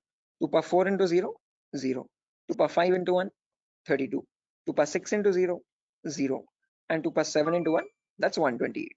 Now when I add all this up, 128 plus 32 plus 8 plus 2, that becomes 170. So when we humans read the number 170, the computer does not understand it like 170. It understands it like 10101010, something like on signal, off signal, on signal, off signal, on signal, off signal, on, off, like that 4 times. Okay. So is this clear, guys? Any questions or doubts up to this part? Like how we have converted this binary number to a decimal number? How we know that 170 is equal to 10101010? Any questions for anyone? Again, guys, if you have any questions or doubts, please feel free to raise your hand or let me know. You can interrupt me at any certain point. Okay, no issues at all. If you want me to repeat a concept also, please do let me know. I will repeat it as many times as you want. Okay, so guys, any questions up to this part? How we have converted this binary number to a decimal number? Shiva, Sujata, Bharati, Tripti, Vidyadhar. Who else is there? Hello. Biswajit, Chaudhary, Prasad. Hello. Yeah, Biswajit. Sir, you spoke about binary to decimal conversion. Sorry, decimal to binary conversion. Am I right? No, binary to decimal. I've converted Binary. this number 10101010 to So decimal number 170. all the numbers was converted into binary as a decimal. All the binary number is converted into decimal 170. Right. This specific number 10101010. Okay. How did we do that? We wrote down these numbers 2 power 0 all the way up to 2 power 7. Multiply the lower number with the top one and add with the next one. Multiply and add, multiply and add, multiply and add. And that's how I got the final result as 170. So this 170 in binary is equal to 10101010. Right. Is this clear, Biswajit? Yes, I am clear. I know and I clear. Perfect. If everyone has understood this, guys, I have another number over here, as you can see, 01011010. Can everyone convert this value and give me the answer for that? Take your time. You have the table over here as well. Okay. And as I've mentioned, you need to multiply the lower number with the top one. And just go with the next. Multiply and add, multiply and add. Okay. Take your time, guys, and let me know.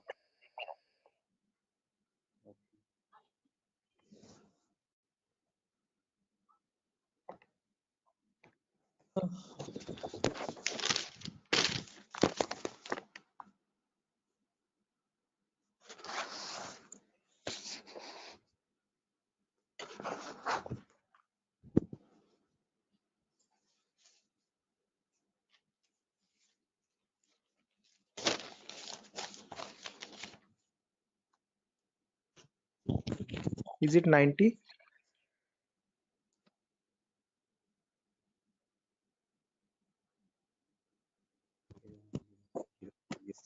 Should be 90. Correct answer, guys. 90 is the correct answer. Anyone else? Sir, are you going to provide us this text file also, or like we have to take notes in means No, handwritten notes? definitely. I'm gonna give this file at the end of the class. I'll take down all your email addresses, and on your email, I'll send this document directly. You don't need to take any separate notes, guys. I'm gonna send this document file. Just in case, as the class goes on, if you want to take down any running notes to note down any important points also, you can. Okay, but all these documents, all these notepad files will be given to you directly. Okay, so yeah, guys, I've received a correct answer from a lot of people over here. Again, as I've mentioned, just multiply the lower number with the top one and go on till the last. So this will be 2 power 0 into 0 plus 2 power 1 into 1 plus 2 power 2 into 0 plus 2 power 3 into 1, like that till the end, 2 power 7 into 0. Okay, to anywhere you have 0 over there, 2 power 0 into 0, just put that 0. 2 power 1 into 1, that's 2. 2 power 2 into 0, that's 0. 2 power 3 into 1, that's 8. 2 power 4 into 1, that's 16. 2 power 5 into 0, that's 0 again. 2 power 6 into 1, 64. And 2 power 7 into 0, 0. When you add all that up, 64 plus 16 plus 8 plus 2, you get the number 90. Anyone over here who has not got the number 90, guys, please do not feel shy. Again, if you're getting all the right answers, you're doing much great than me. In my first day, I could not solve this at all. Okay, I was a very dumb guy. So please, no shame in that. Okay, it's completely fine. Okay, because you need to get this concept very right in order to proceed with the further concepts. If you're failing at this one, it's gonna get a bit complex further down the lane. Okay, so any questions on this part, please do not hesitate to let me know. Okay, assuming everyone has got this right. With the other, yeah, exactly. The reason I'm showing you all this is to understand the range of IP addresses now. That's a great question. I was about to ask you. Again, I tell you myself, like in a real-time scenario, you would never have a necessity to convert a binary number to decimal or vice versa. But the reason why I'm showing you this is so that we can understand the whole range. So if you remember, I've told you, IPv4 addresses are 32-bit address. Okay, so in that 32-bit address, if I wanted to get the first IP address, all I have to do is put all zeros everywhere. Okay, now when you put all zeros everywhere, when you convert that, you get the final IP address as 0.0.0.0. Okay, but if you want to get the last IP now, you have to put all ones everywhere. Okay, in all the octets I've put all ones. So when I convert that, now there will be 2 power 0 into 1 plus 2 power 1 into 1 plus 2 power 2 into 1 all the way up to 2 power 7 into 1. So that would be 1 plus 2 plus 4 plus 8 plus 16 plus 32 plus 64 plus 128. So that is how you get the number 255. Okay, so the last IP in the IPv4 range will be 255.255.255.255. You will never have a number above 255. The reason being, now you know, because when you convert from binary to decimal, the maximum number you can get is 255 only. So you can never have an IP address like 300.250 or 700.150, something like that. Okay, that's an invalid IP. Okay, whatever IP addresses you have, those numbers will always range between 0 and 255.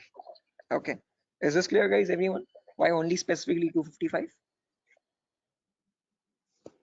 Yes, yes. Any questions to this part? Perfect. No, this is Now the maximum. Maximum. Yeah, guys, was someone asking a question? No, I just asked you. This is the maximum IP address to be connected, and maximum host to be connected. Yeah, that's the last IP address you could get in the IPv4 range, Biswajit.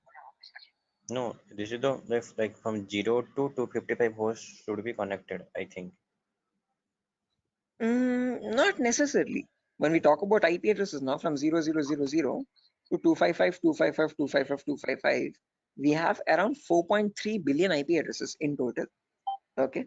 What you are referring to is classes, guys. Class A, B, C. In class C, you can connect only 255 hosts.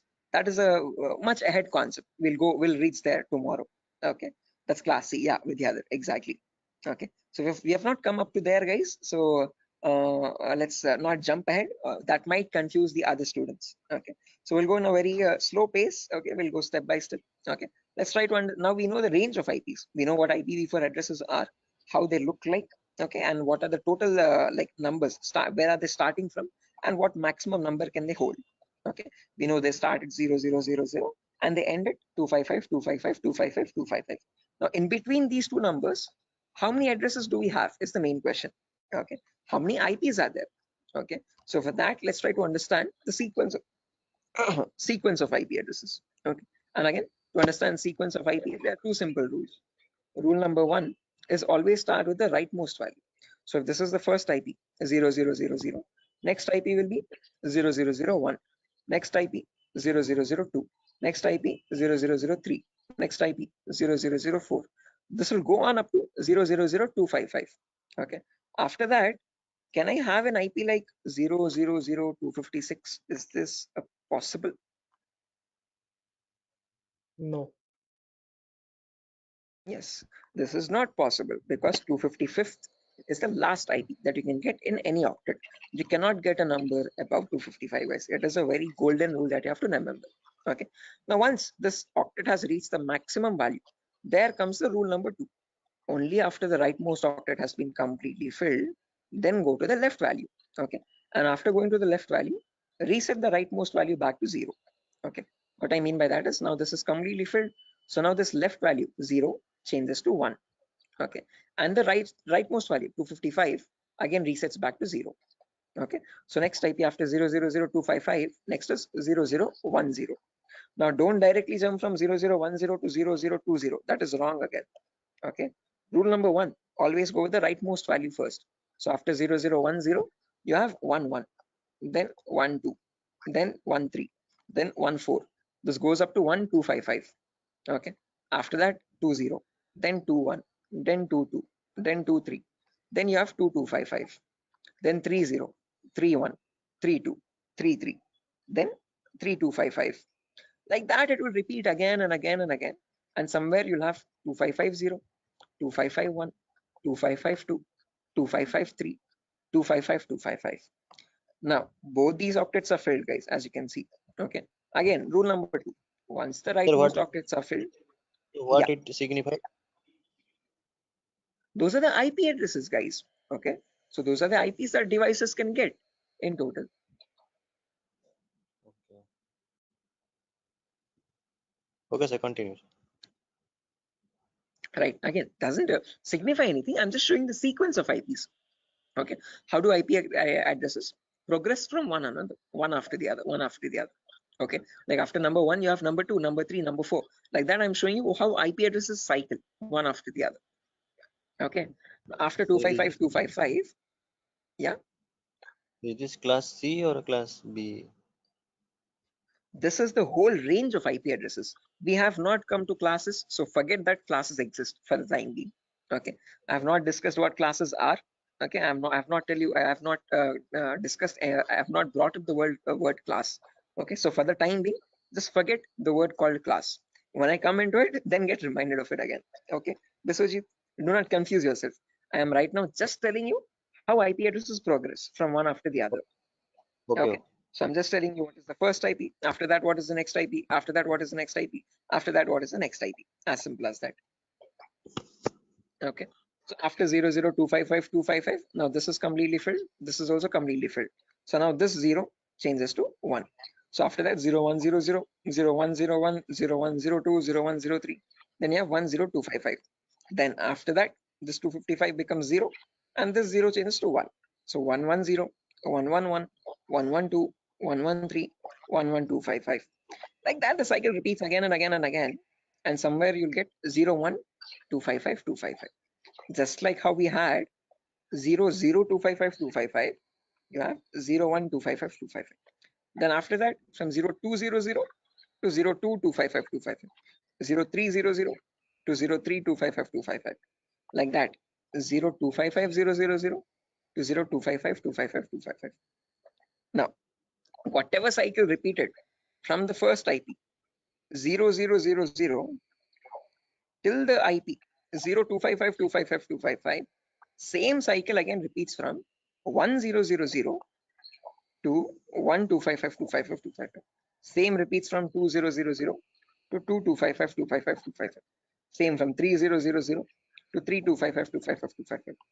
Finally, from 255.000 to the last IP 255.255.255.255. Okay, so all I'm showing you is the progression of IPs. How do IPs change from one after the other? What is the consecutiveness of IPs? Okay, so if you wanted to get the total number of IP addresses, you from 0000 till 255.255.255.255, it would be 255 to the power 4, because each cycle is repeating 255 times. So the total number of IP addresses would be 4.3 billion IPs. Okay, which is the number equal to 255 to the power 4. So with the other, yeah, the correct number of IP addresses would be 255 to the power 4. Hello, is that clear? Yes, sir, I understood something. Yeah. Okay, guys. Until this point, any questions, guys, for anyone? Again, do not get confused, guys. This is just to show you the sequence of IP addresses. In a real-time scenario, you would not need that anywhere. I'm just going very theoretically to get you familiar with the foundational concepts, like how IP addresses are built, how do they look like, what is the sequence of IP addresses, and so on. Going very basic. Okay. Sir, So, sir, you told. Hello. Yeah, Biswajit. Sir, you told that 4.3 billion IP addresses. That means, sir, I did not get it actually. That, yeah, again, how many IP addresses are there, Biswajit? If you remember, each octet is cycling 255 times. Okay, so this first octet, rightmost one, is going from 0 to 255. Okay, after that from 10 to 1255, again 255 times. So like that, each octet is cycling 255 times. So there are 4 octets now. So 4 octets in the sense 255 into 255 into 255 into 255. Basic permutations and combinations. Okay, and when you calculate that 255 to the power 4, you get the number 4.3 billion. Okay, so that is how we got that number. Is that clear, guys? Okay. Hello? Hello? Yes, sir. Yes, sir. I understood. Right. Perfect, guys. Now, my question to you guys is, in today's world, in the era of 2022, are 4.3 billion IPs sufficient? No. No, sir. No, sir. Definitely. Right, correct. Because the population itself is around 8 billion people, right? Close to 8 billion or 8.5 billion. 4.3 billion IPs are nowhere sufficient at all. Okay. Again, each person might use multiple devices in the network also. Okay. So that is why, to come up as a solution, they made these IPs into 2 different parts. Okay. Solution number 1 was they divided these IPv4 addresses into again 2 categories. One, something is known as public IPs, and there's another category called private IPs. Okay. This categorization, okay, or division of IPv4 into public and private IPs is known as NATing, network address translation. Okay, when they knew that this solution is also not working out, this might also still cause the IPs to go extinct, then they came up with another set of IP addresses known as the IPv6 address, guys. Okay, so not just IPv4, there's another version as well called IPv6 address, and these are 128-bit addresses. What we are seeing until now is just a 32-bit address. 128 in the sense 4 times the size, bit length size of IPv4. Okay, but in that you have trillions and trillions of IPs. Okay, not billions, but trillions. Okay, so we'll discuss IPv6 on a later date. Okay, but in today's class, we'll end it with public and private IPs. So let's try to understand what these public IPs are and private IPs are. Okay, so public IPs are the IPs given to you by your internet service provider. So in our home, we might have different broadband connections. You could be using Act FiberNet or Airtel or Tata Docomo or BSNL. All these people are providing you the service of internet. Hence, they are known as ISP, internet service providers. Okay, they give you access to the internet by giving you a public IP. Okay, so to your home, you might have a router. Okay, that router might be getting a wire from the outside. Okay, that outside wire, that cable is nothing but giving you the public IP. Okay, so if you want to check your public IP, you could just go to the browser, and in the browser you could just search what is my IP. What is my IP? And from that you can find, you get an IP address over here. If I click on the first link in the browser, you can see I'm getting my FiberNet from Act Fiber Beam. My location is Pedda Andhra Pradesh, Vishakhapatnam. Okay, so this is my public IP. This is the IP I'm using from my ISP to access the internet or to take the Zoom session. Okay, locally in my network, now I have multiple devices. I have my phone, I have my laptop, I have my smart TV, I have my smartwatch, and so on. So these devices internally or locally also need IP addresses. What they use in a local network, in an intranet, is known as a private IP. So private IPs are the IP addresses provided locally in a network. Okay, so this can be given manually by you, by the network admin, or they can be given automatically as well from a DHCP server. Now, don't worry what this DHCP server is. We'll discuss about it in tomorrow's class. But one important thing to note is public IPs are used for connecting to internet. Private IPs are used in a local intranet. Intra is nothing but a local network, a small indigenous your house network or home network. Okay. So if I just draw this out to show you much clearly, let's say over here, this is my ISP. I hope the drawings are visible, guys. This could be my ISP, internet service provider. Okay, and I have my house over here in Vishakhapatnam somewhere. Okay, in my house I have multiple devices. I have my phone, I have my laptop, I have my smart TV, and I have my Wi-Fi router also. Okay, this router is getting a connection from the ISP outside externally. Okay, this is nothing but my public IP. Okay, this is the public IP part. Oh, sorry, public IP. Okay, on the intranet locally. Now these devices, every device will be connected to the router internally. Okay, by giving the correct Wi-Fi router password.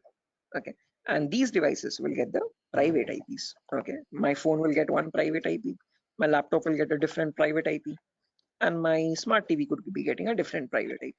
Each of them will be unique in a local network. Okay, so this is where public IPs come into play, and this is where private IPs are used in a local network. Is this clear, guys? Any questions up to this part theoretically? Hello? Public ISP, private. Okay, sir. Any questions, guys? Sir, actually, internet, just. Yeah, internet is what you connect to the World Wide Web. Okay, whenever you're opening up your browser and connecting to any public website, okay, that public website is nothing but the internet facing site. Okay, your google.com or your yahoo.com, youtube.com, all these are public addresses. Okay, private IPs are the local IPs. So your inside home network is a private IP network, and that private network is known as the intranet. Okay, and this is the intranet, INTRANET. Okay, intra is nothing but local network, and this is the internet. Okay, is this clear, guys? Sir, Any I questions have or a doubts up to this? question. Yes, please go ahead, guys. Sir, why they have been given private IPs, like they are also connected with internet somewhere around? Okay. So like why they have been given private IPs? They should be public, right? Which ones? I didn't get your point. Who's Like asking the question, guys? the devices which are in the home, they are in private IP, right? So somewhere Yeah. around they are also in connection with the ISP. So they should be Okay. public, you know. They should also be public. Yeah. So good question, Tripti, I guess. So whenever now let's notice over here. Let's say I have one phone over here and I have my laptop over here. Okay. let's say my brother's using my phone at the moment. Or let's say this is my phone. I'm browsing Facebook from my phone. My brother is using his laptop and he's also browsing Facebook. Okay. Now each of them, when they want to connect to the internet, okay, they will use the public IP. One, let's say this public IP is something like, let me draw this out. Yeah, annotate. Let's say over here, my public IP is something like 1.2.3.4. Okay. Now, whenever we want to connect to facebook.com, we will use our public IP that we are getting from our ISP 1234. And using that IP, we will go and contact Facebook. And from Facebook, we will load our pages, internet or our Facebook feed or whatever it is. Okay. Now, let's say I am also browsing Facebook. My brother is also browsing Facebook from the same public IP. Now, how does Facebook know how to send my data to my phone exactly and my brother's data to his the laptop or computer he is using? Okay, up to public IP, it will reach a router. But from the router, how does the router know which is the device which is holding my phone and which is the device which is holding my brother's laptop? That is where private IPs come into play. Okay, because my phone has a unique private IP where I have my account, and my brother's laptop has his own unique private IP where that system has its own private unique address again. Okay, so private IPs are used to identify a device in a local network and send the packets exactly to that device. Are you getting the point, Tripti? Yes, sir. Got it. Okay, so public IP is used to give you access to public services on the internet. Okay, but let's say in a local network, so when you're connecting to your Wi-Fi router to access facebook.com, your packet from your phone will always reach router first.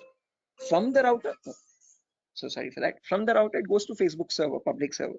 But when it is coming, when the response is coming back, it comes to router with the public IP. From that public IP, how does it know where to go? How does it know which device to connect? Because in your same Wi-Fi network, there can be many devices, multiple devices at the same time, right? For that local network connection, there is where we'll be using the private IPs, importantly, in a local network to give identity to each device in a local intranet private network. Is that clear, guys? Yes, sir. Right. Sir, I have a Perfect. question. Yes. Sir, can we change a private IP address by ourselves? Yes, you can. Private IPs are in completely your control, and you can modify them according to your choice. There was another question in the chat. But why are we subnetting? Again, Vidyadhar, subnetting is only a concept to reduce the wastage of private IPs. Again, others who don't know what subnetting is, guys, do not get confused. This is a very advanced concept. We don't need to go into that depth of networking. Okay, but subnetting is where you can divide one class into multiple classes. So Vidyadhar, just to give you this answer, okay, others just ignore this. Okay, this is you could say gibberish for you for the time being. Okay, so Vidyadhar, let's say I have 50 devices in my network, but I'm using class C. Okay, so now if I have my let's say in my organization there are two departments, one is accounting and one is sales. Okay, accounting needs 50 IPs, sales needs 50 IPs. Okay, the smallest class I can use is class C address, but in class C we can connect 255 devices. So if I remove 50 IPs from that, remaining 150 how many remaining 205 IPs are going wasted over there.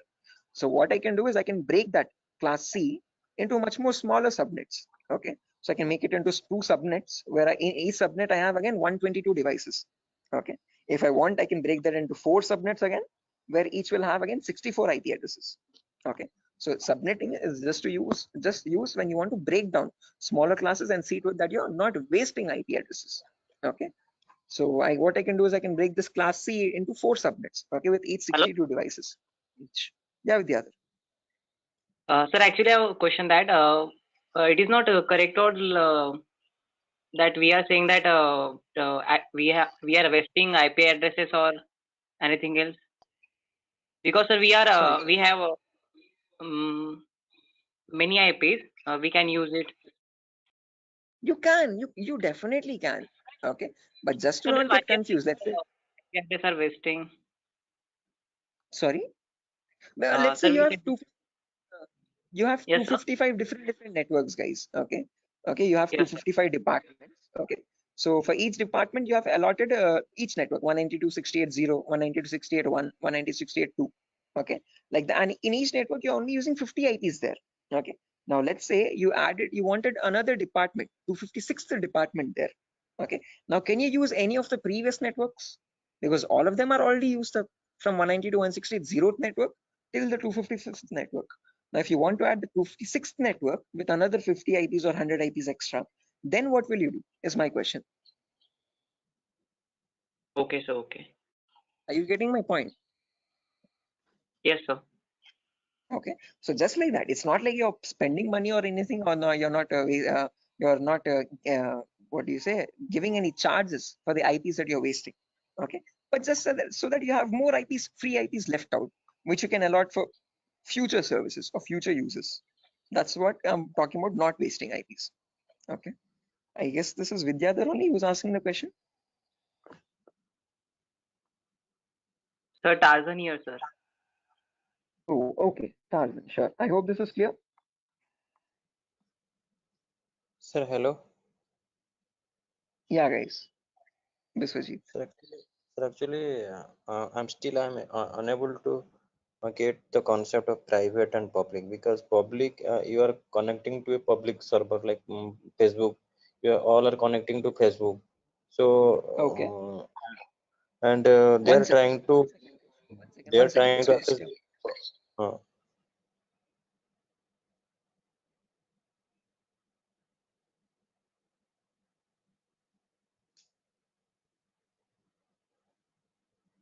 Stay on hold. Just give me 1 minute, guys. I'm so sorry for that. Biswajit, just give me a minute.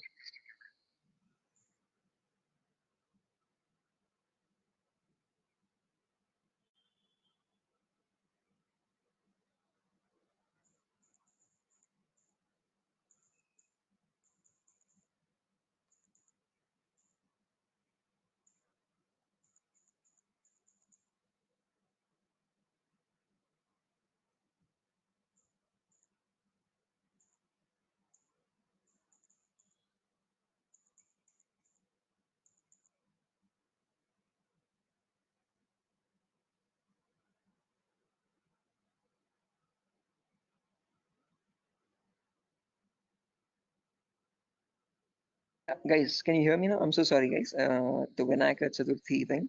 But anyways, yeah, Biswajit, to come back to your point again, as I've mentioned, just remember one key point to note is that public IPs are used to access the internet. So when you want to connect to google.com from your laptop, okay, your laptop needs to get a public IP for that. Okay, that public IP is provided to you by your ISP, internet service provider. As simple as that.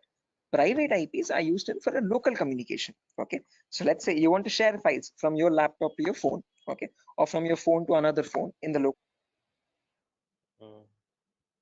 okay, understood. So yeah, now when we come to private IPs, guys, again, I guess I was muted over there. As I've mentioned, if you have multiple devices in a local network, now if you want to share files or anything from one device to the other device, if you want to share files from your phone to your laptop, or from your laptop to another phone or so, Like, okay, you don't need public IP, you just need private IPs over there. look, I understood. So means like there is one IP that is public to all, and but for that against to public IP, there is also private IP to work internally for the Internally, exactly. For internal communications, you have the private IP. Okay, for external, for connecting to a public service, there you would need a public IP. Okay, is that clear, guys? Yes. Right, perfect. Sure. So yeah, again, that's that for today's class, guys. Nothing further to discuss. Okay, Hello. we're already Hello. past our... Yeah, Prasad. Yeah, sir, sorry to ask you like this, sir. I have joined, half an hour late to the class, so I want to know the index. No worries, Prasad. I actually myself started the class 20 minutes late today, so I'm pretty sure you haven't missed much. Okay, but let me share the index as well, just since you have asked. I have shared this in the demo session a couple times earlier. I hope you have attended the demos as well. If not, No. once. No. Okay, no worries. You can access that from Durgasoft's official YouTube page as well. This is the course content, guys. Okay, so we'll have a few introductory classes first: basic networking concepts, Linux and Windows commands, Windows Server configuration, virtualization, how to install Kali Linux. After all these introductory concepts are done, then we'll go into the advanced concepts. Okay, gaining access, malware attacks, network penetration testing, web application pen testing, basic cloud security, all that. Okay, so if time permits, Prasad, please go through the YouTube demo tutorial so that you have a much better picture. In the demo, I've explained what are topics I'll be discussing in the course, what we'll be learning out throughout the course. So it's much better if you go through the demo once time permits. Okay, thanks for sharing information. Sure, definitely, guys. Again, guys, I'm gonna end the session over here for now. Before I end, I want all your email addresses. Can you please drop it in the chat box so that I can share this notepad file with you? You can go through the notepad file when time permits. Okay. And in tomorrow's class, again, I'm gonna be starting the class sharp at 8 o'clock tomorrow, guys. So sorry for the delay today, but tomorrow there won't be any delay at all. And yeah, someone asked me. Sir, I sent my email ID. Yeah, sure. I've seen that, guys. So please just drop your email in the chat box over here, and from there I can just add the notepad file.